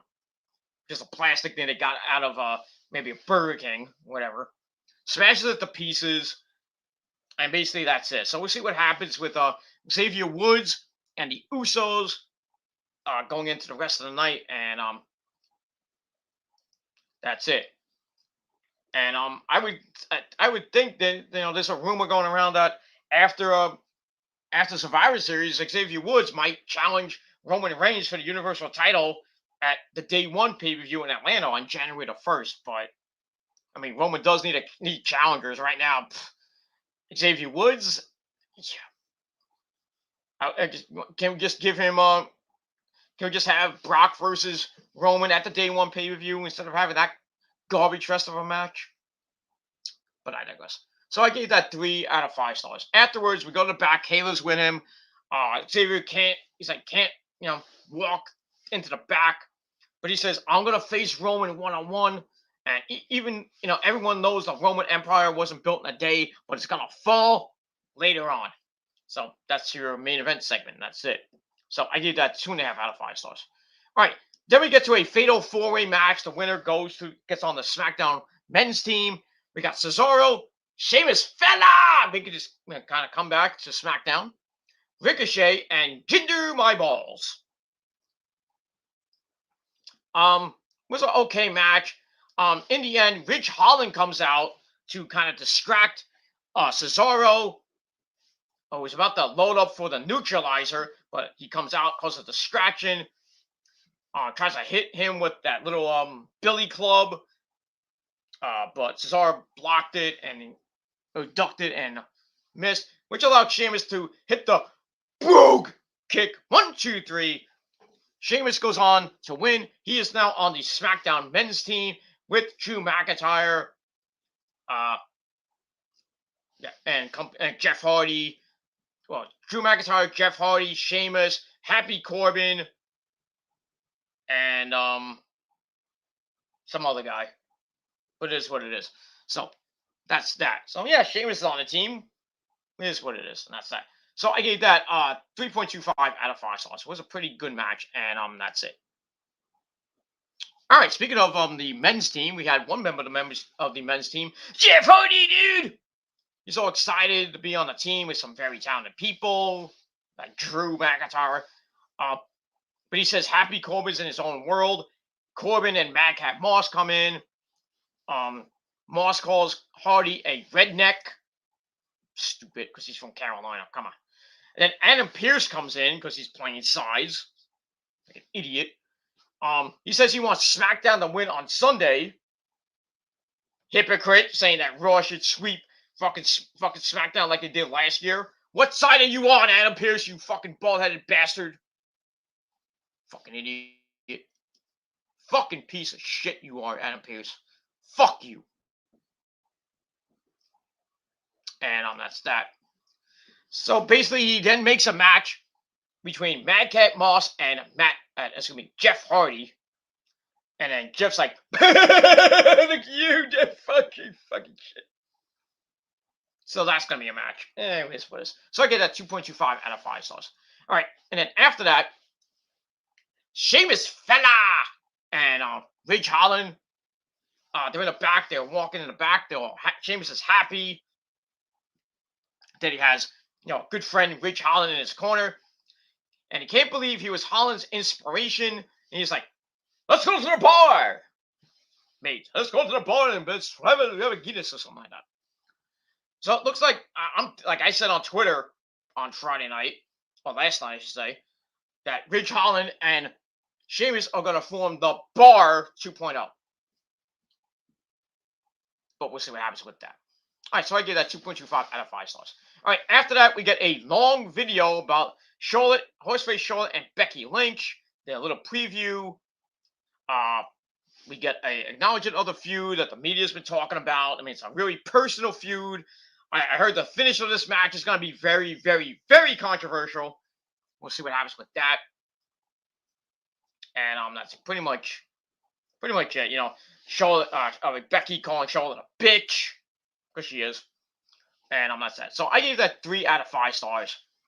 And that's pretty much all I got to say about it. We'll see what happens tomorrow night with those two people that really hate each other, and that's it. We also saw the title exchange that got a lot of heat on Charlotte. Talk about their careers, will always be intertwined. First women's match at WrestleMania 35. Then they get to the on-screen stuff. And it's going to be a kind of basically a battle of the Titans for them. So, like I said, I gave that 3.25 out of 5 stars, and that's it. All right, then we go to a women's tag team match. Natalya and Shayna Baszler taking on Aaliyah and Naomi. Nothing great here. Match lasted a goddamn minute. Shayna grabs the cue for the clutch on Naomi. Natalya tags herself in. With the hold still on. The hole's broken up. Natalya grabs a quick roll up, and then Asia Pereira, 1, 2, 3, bing, bang, boom.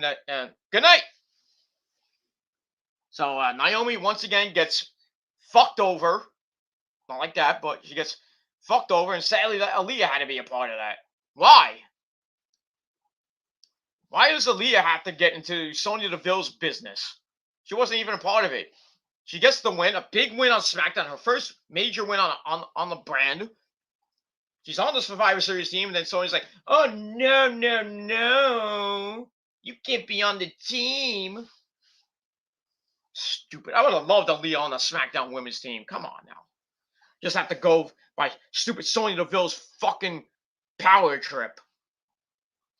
Fuck her, man. Not literally, but fuck her. That's it. So I gave that basically that match a 0 out of 5 because it was a dud match. Fucking 1 minute fucking suckfest.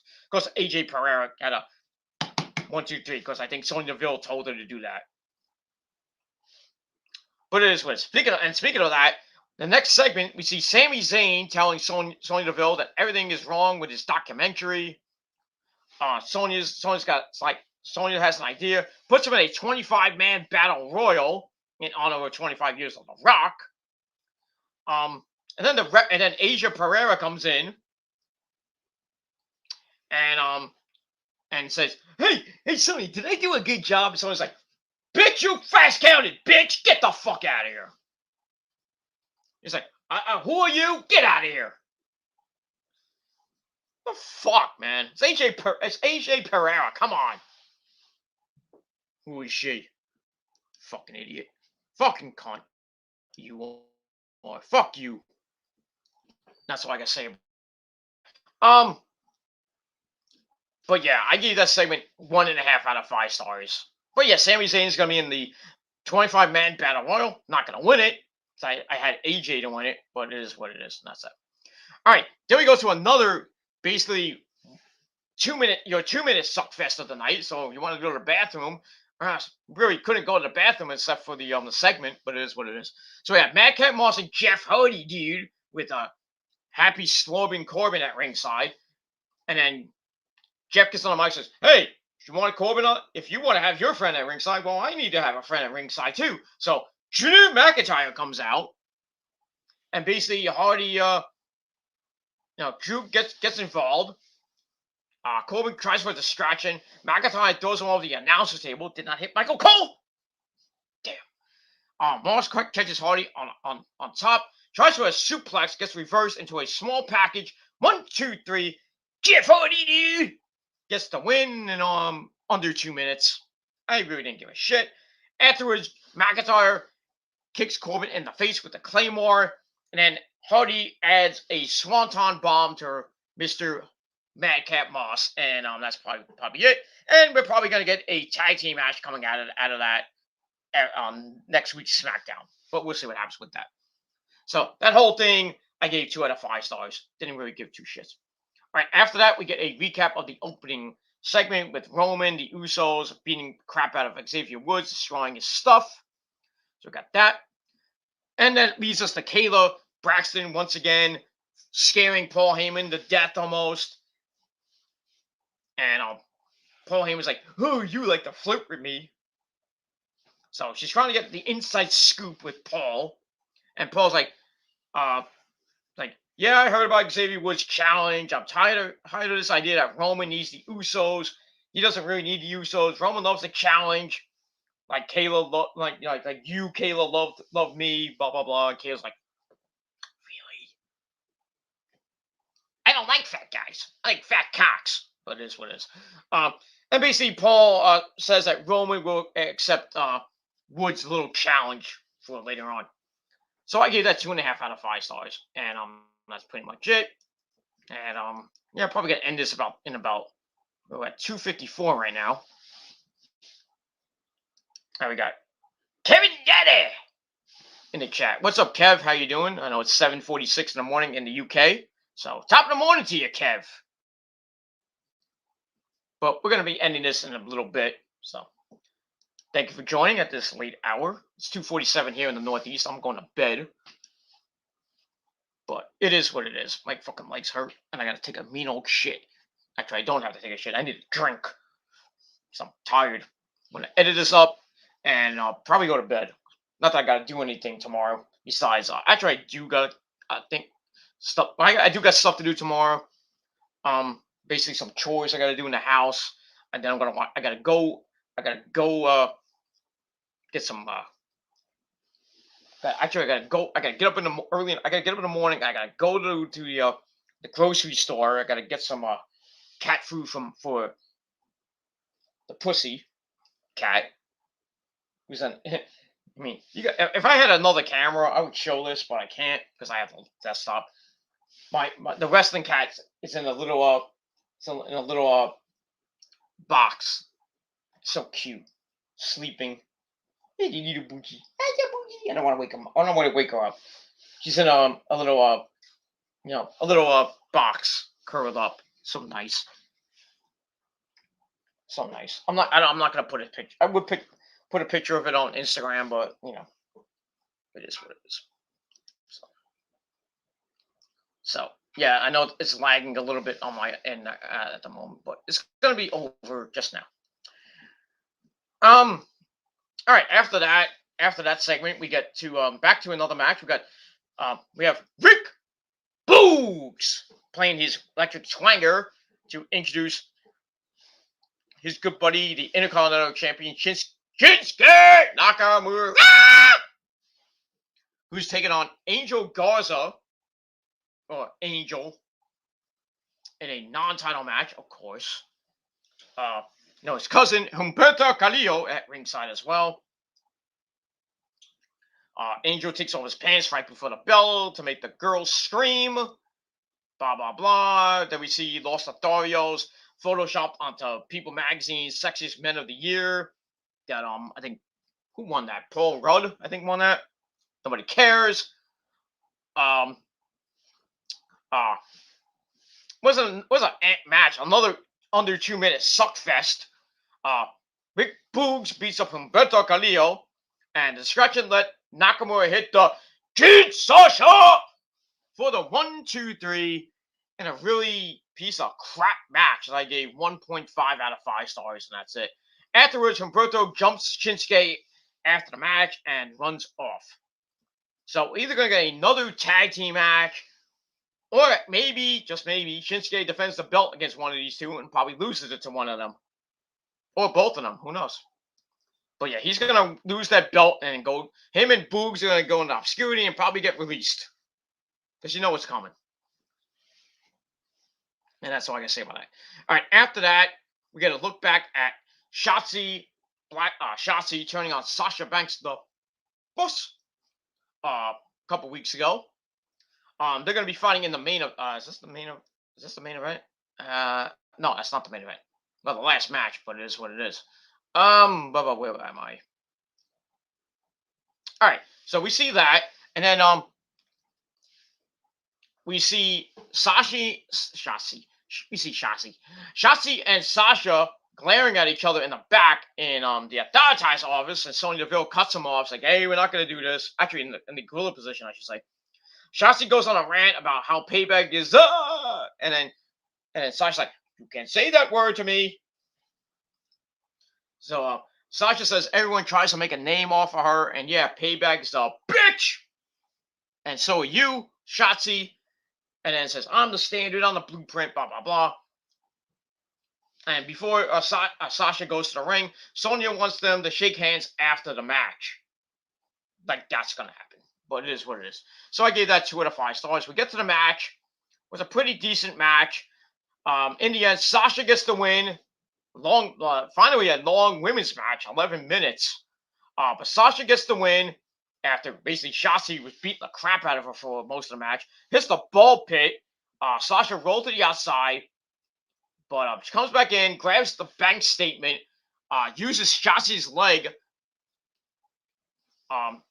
actually uses her leg uh, to pull Shotzi's head back for more torque, and Shotzi tapped out right away. But this was a pretty decent match. I gave it 2.5 out of 5 stars. But yeah, you knew Sasha was going to win, but it is what it is. I thought she was going to go for the SmackDown title last night, but that was just a rumor that she was going to win it from Charlotte and face Becky at Survivor Series. I guess not. Probably be afterwards, but we'll see what happens on that as we get into the Day 1 pay-per-view, as we start the build to that.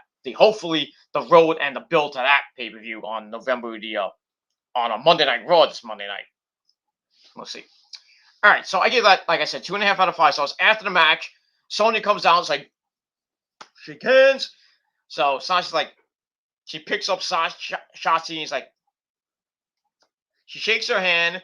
Then she gives since Sasha gives Shotzi, say that 5 times fast, the backstabber and leaves and goes up the ramp. And Sonya's like, what the hell was that? And Sasha's like, I don't know I don't know. I'm the boss. It's boss time. I think you boss time. It is what it is. So that's that.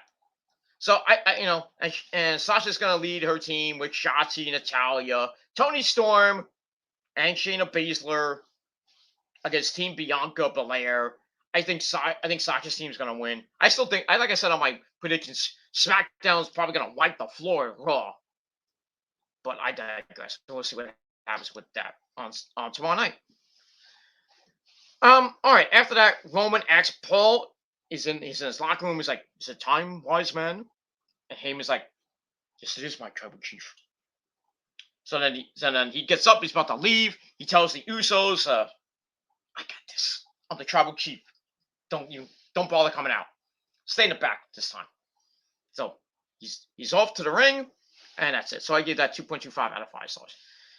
All right, and then we get another vignette of Xia Li, this time in the form of a comic book.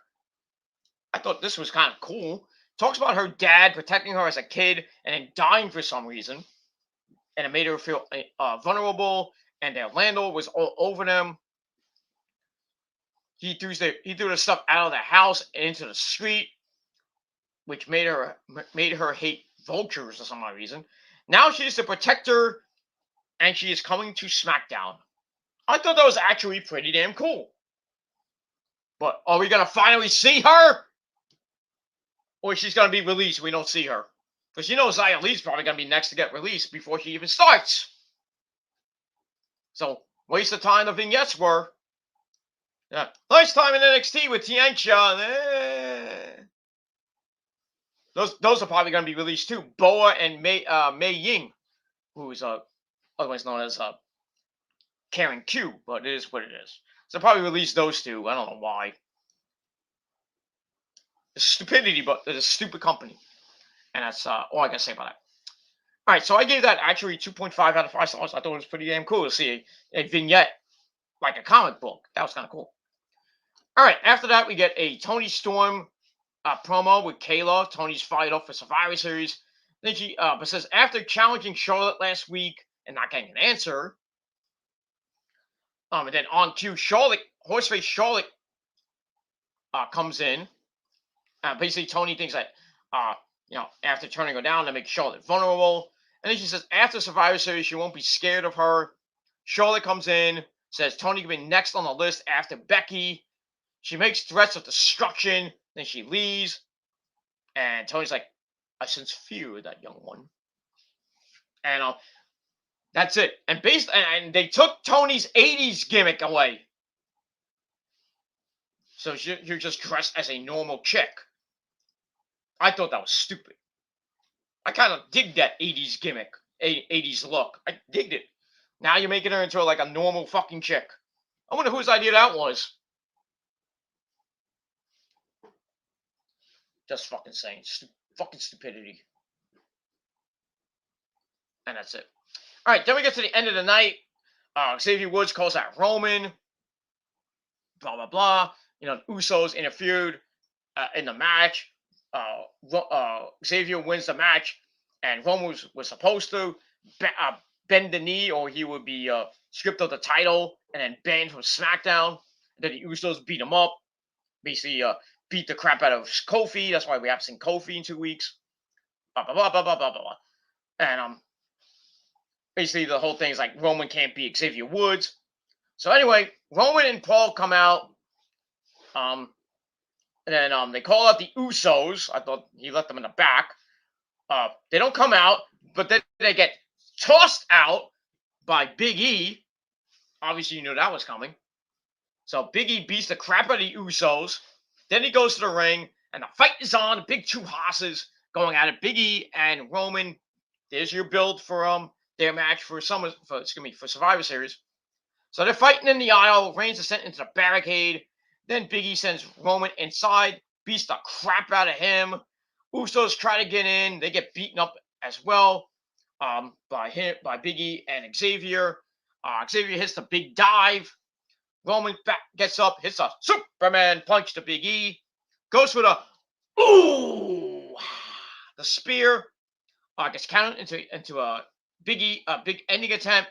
Roman gets out of it, even though he's kind of favoring his arm a lot. Ooh, that's not good. We don't need that. We don't need the tribal chief to be hurt and out for like 6 months or whatever with a messed up wrist or something like that. Not before pay-per-view, come on. And that basically ends the show. So that's it. So Xavier and Big E take care of business, and that's pretty much it. So I gave all that 3 out of 5 stars, and that's pretty much it. And that's it for a very long SmackDown Rampage review. I know it went 3 hours and 6 minutes. I didn't mean to, but I still got a little bit of time left for my Raw review this week, my SmackDown Rampage Black Friday review, and my Raw review for the November 29th show, and then my StreamYard hours go back to the normal. So I got enough time on StreamYard for now. Might have a extra bonus stream coming your way. Maybe I'll see how much time I have. Maybe I'll do a stream, just a shoot the shit stream, just talking about just random shit. If you guys want to come in, you come on in. Don't forget to smash that bell so when that video goes up, you get notified. You can come in the chat. Maybe I'll have a panel. Maybe I might not. I don't know. We'll see what happens with that. And we'll move on from there. All right, so SmackDown, the final rating, I gave 6 out of 10 stars. And we'll see what happens tomorrow night or coming up later tomorrow night with Survivor Series 2021 from the Barclays Center in Brooklyn, New York. And then Raw the next night in the same goddamn building. And we'll see what happens with all that. Plus the hopefully the ratings for SmackDown and Rampage. And we'll see what happens with all that good shit. And that's it. All right, everybody. Thank you all for watching this long 3-hour video. It is 3 a.m. on the dot here in the Northeast. Midnight in the West Coast. 8 o'clock now in jolly old England and Ireland. So top of the morning to you people in the UK and Ireland. That's all I got to say about that. So once again, SmackDown gets 6 out of 10 stars. Rampage, 7 out of 10 stars. But let me know what you fuckers think of the show in a comment down below. You can also do a video reply if you wish. If you have any questions you want to ask me, put in the comment section or hit me up on Facebook, Twitter, or Instagram. Just hit me up on social media. If you have any questions about anything else in the world of professional wrestling or sports or movies, sex, whatever you want. Whatever you want to talk about, if you want to save it for the next video, you can do that. And we'll see what happens with all that. So that's it. I want to give my final shout outs for the night. Kevin Daddy, thank you for coming in. I know it's came in a little bit late near the end. It's okay, but top of the morning to you in jolly old England. Thank you for coming on. Betty Bam and Insanity Plex of the Wrestling Coalition, the former XWF. Thank you for coming in and just being being weirdos, but it is what it is. Let's see who else here. Got a lot of, gotta go way back.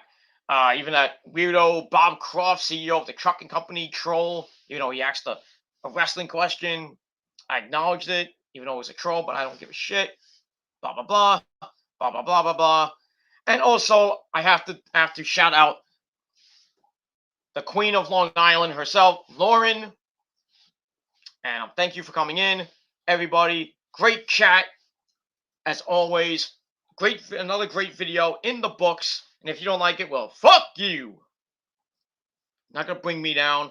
Not gonna ruin my weekend. You're not gonna ruin Thanksgiving. You're not gonna ruin my birthday coming up. You're not gonna ruin New Year's Eve. You're not gonna ruin the rest of my fucking career on YouTube and the rest of my fucking life. So all you trolls can blow me, suck my dick, drink my cum, and hopefully you choke on it. And that's all I gotta say about that. Should all be fucking put in jail or dead. But I can arrange that. But it is what it is. And that's all I gotta say about that. That's it. So thank you for watching this long 3-hour video. Go to bed, everybody. I'll see you guys tomorrow night for the Survivor Series. I'll be live tweeting on Twitter. And then after the pay-per-view on the Peter Gilmore channel, I will do probably a quick review on the Peter Gilmore Wrestling channel. So stay tuned for that. Hit the bell and get notified when the video goes live. And don't forget to subscribe to my channels. Hit that smash that I can't even talk. It's late. Smash that like button to death. Haters, you could hit the dislike button, but it doesn't really matter. It's free views. So lick my balls. And that's it. Don't forget to share the video all over the internet. Don't forget to smash that bell and get notified. And that's all I gotta say about that. So thank you all for watching on this late Saturday night, almost getting to Sunday, pretty early Sunday morning. And that's pretty much it.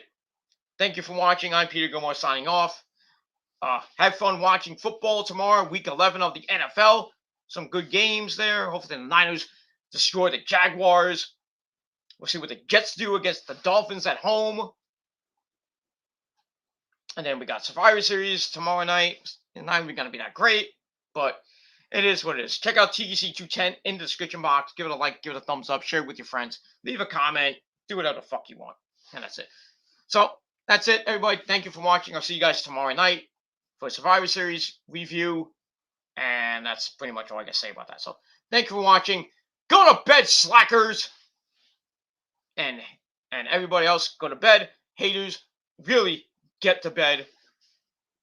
Or continue to play with yourselves, because you'll be dreaming of me later on when you go to bed. But it is what it is. And that's pretty much it. So thank you for watching. I'm Peter Gomez signing off. Peace out. Rock on and rock on with you. Come cute.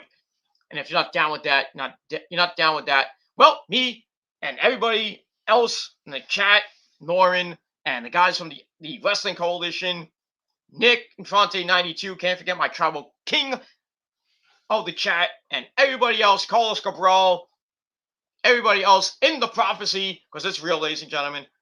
And if you're not down with that, not down with us, well, we got 3 words for you. Fuck you, man, because you can't do any fucking thing about it. And that's all I got to say about that. Thanks for watching, everybody, and I'll see you, motherfuckers, next time. Peace.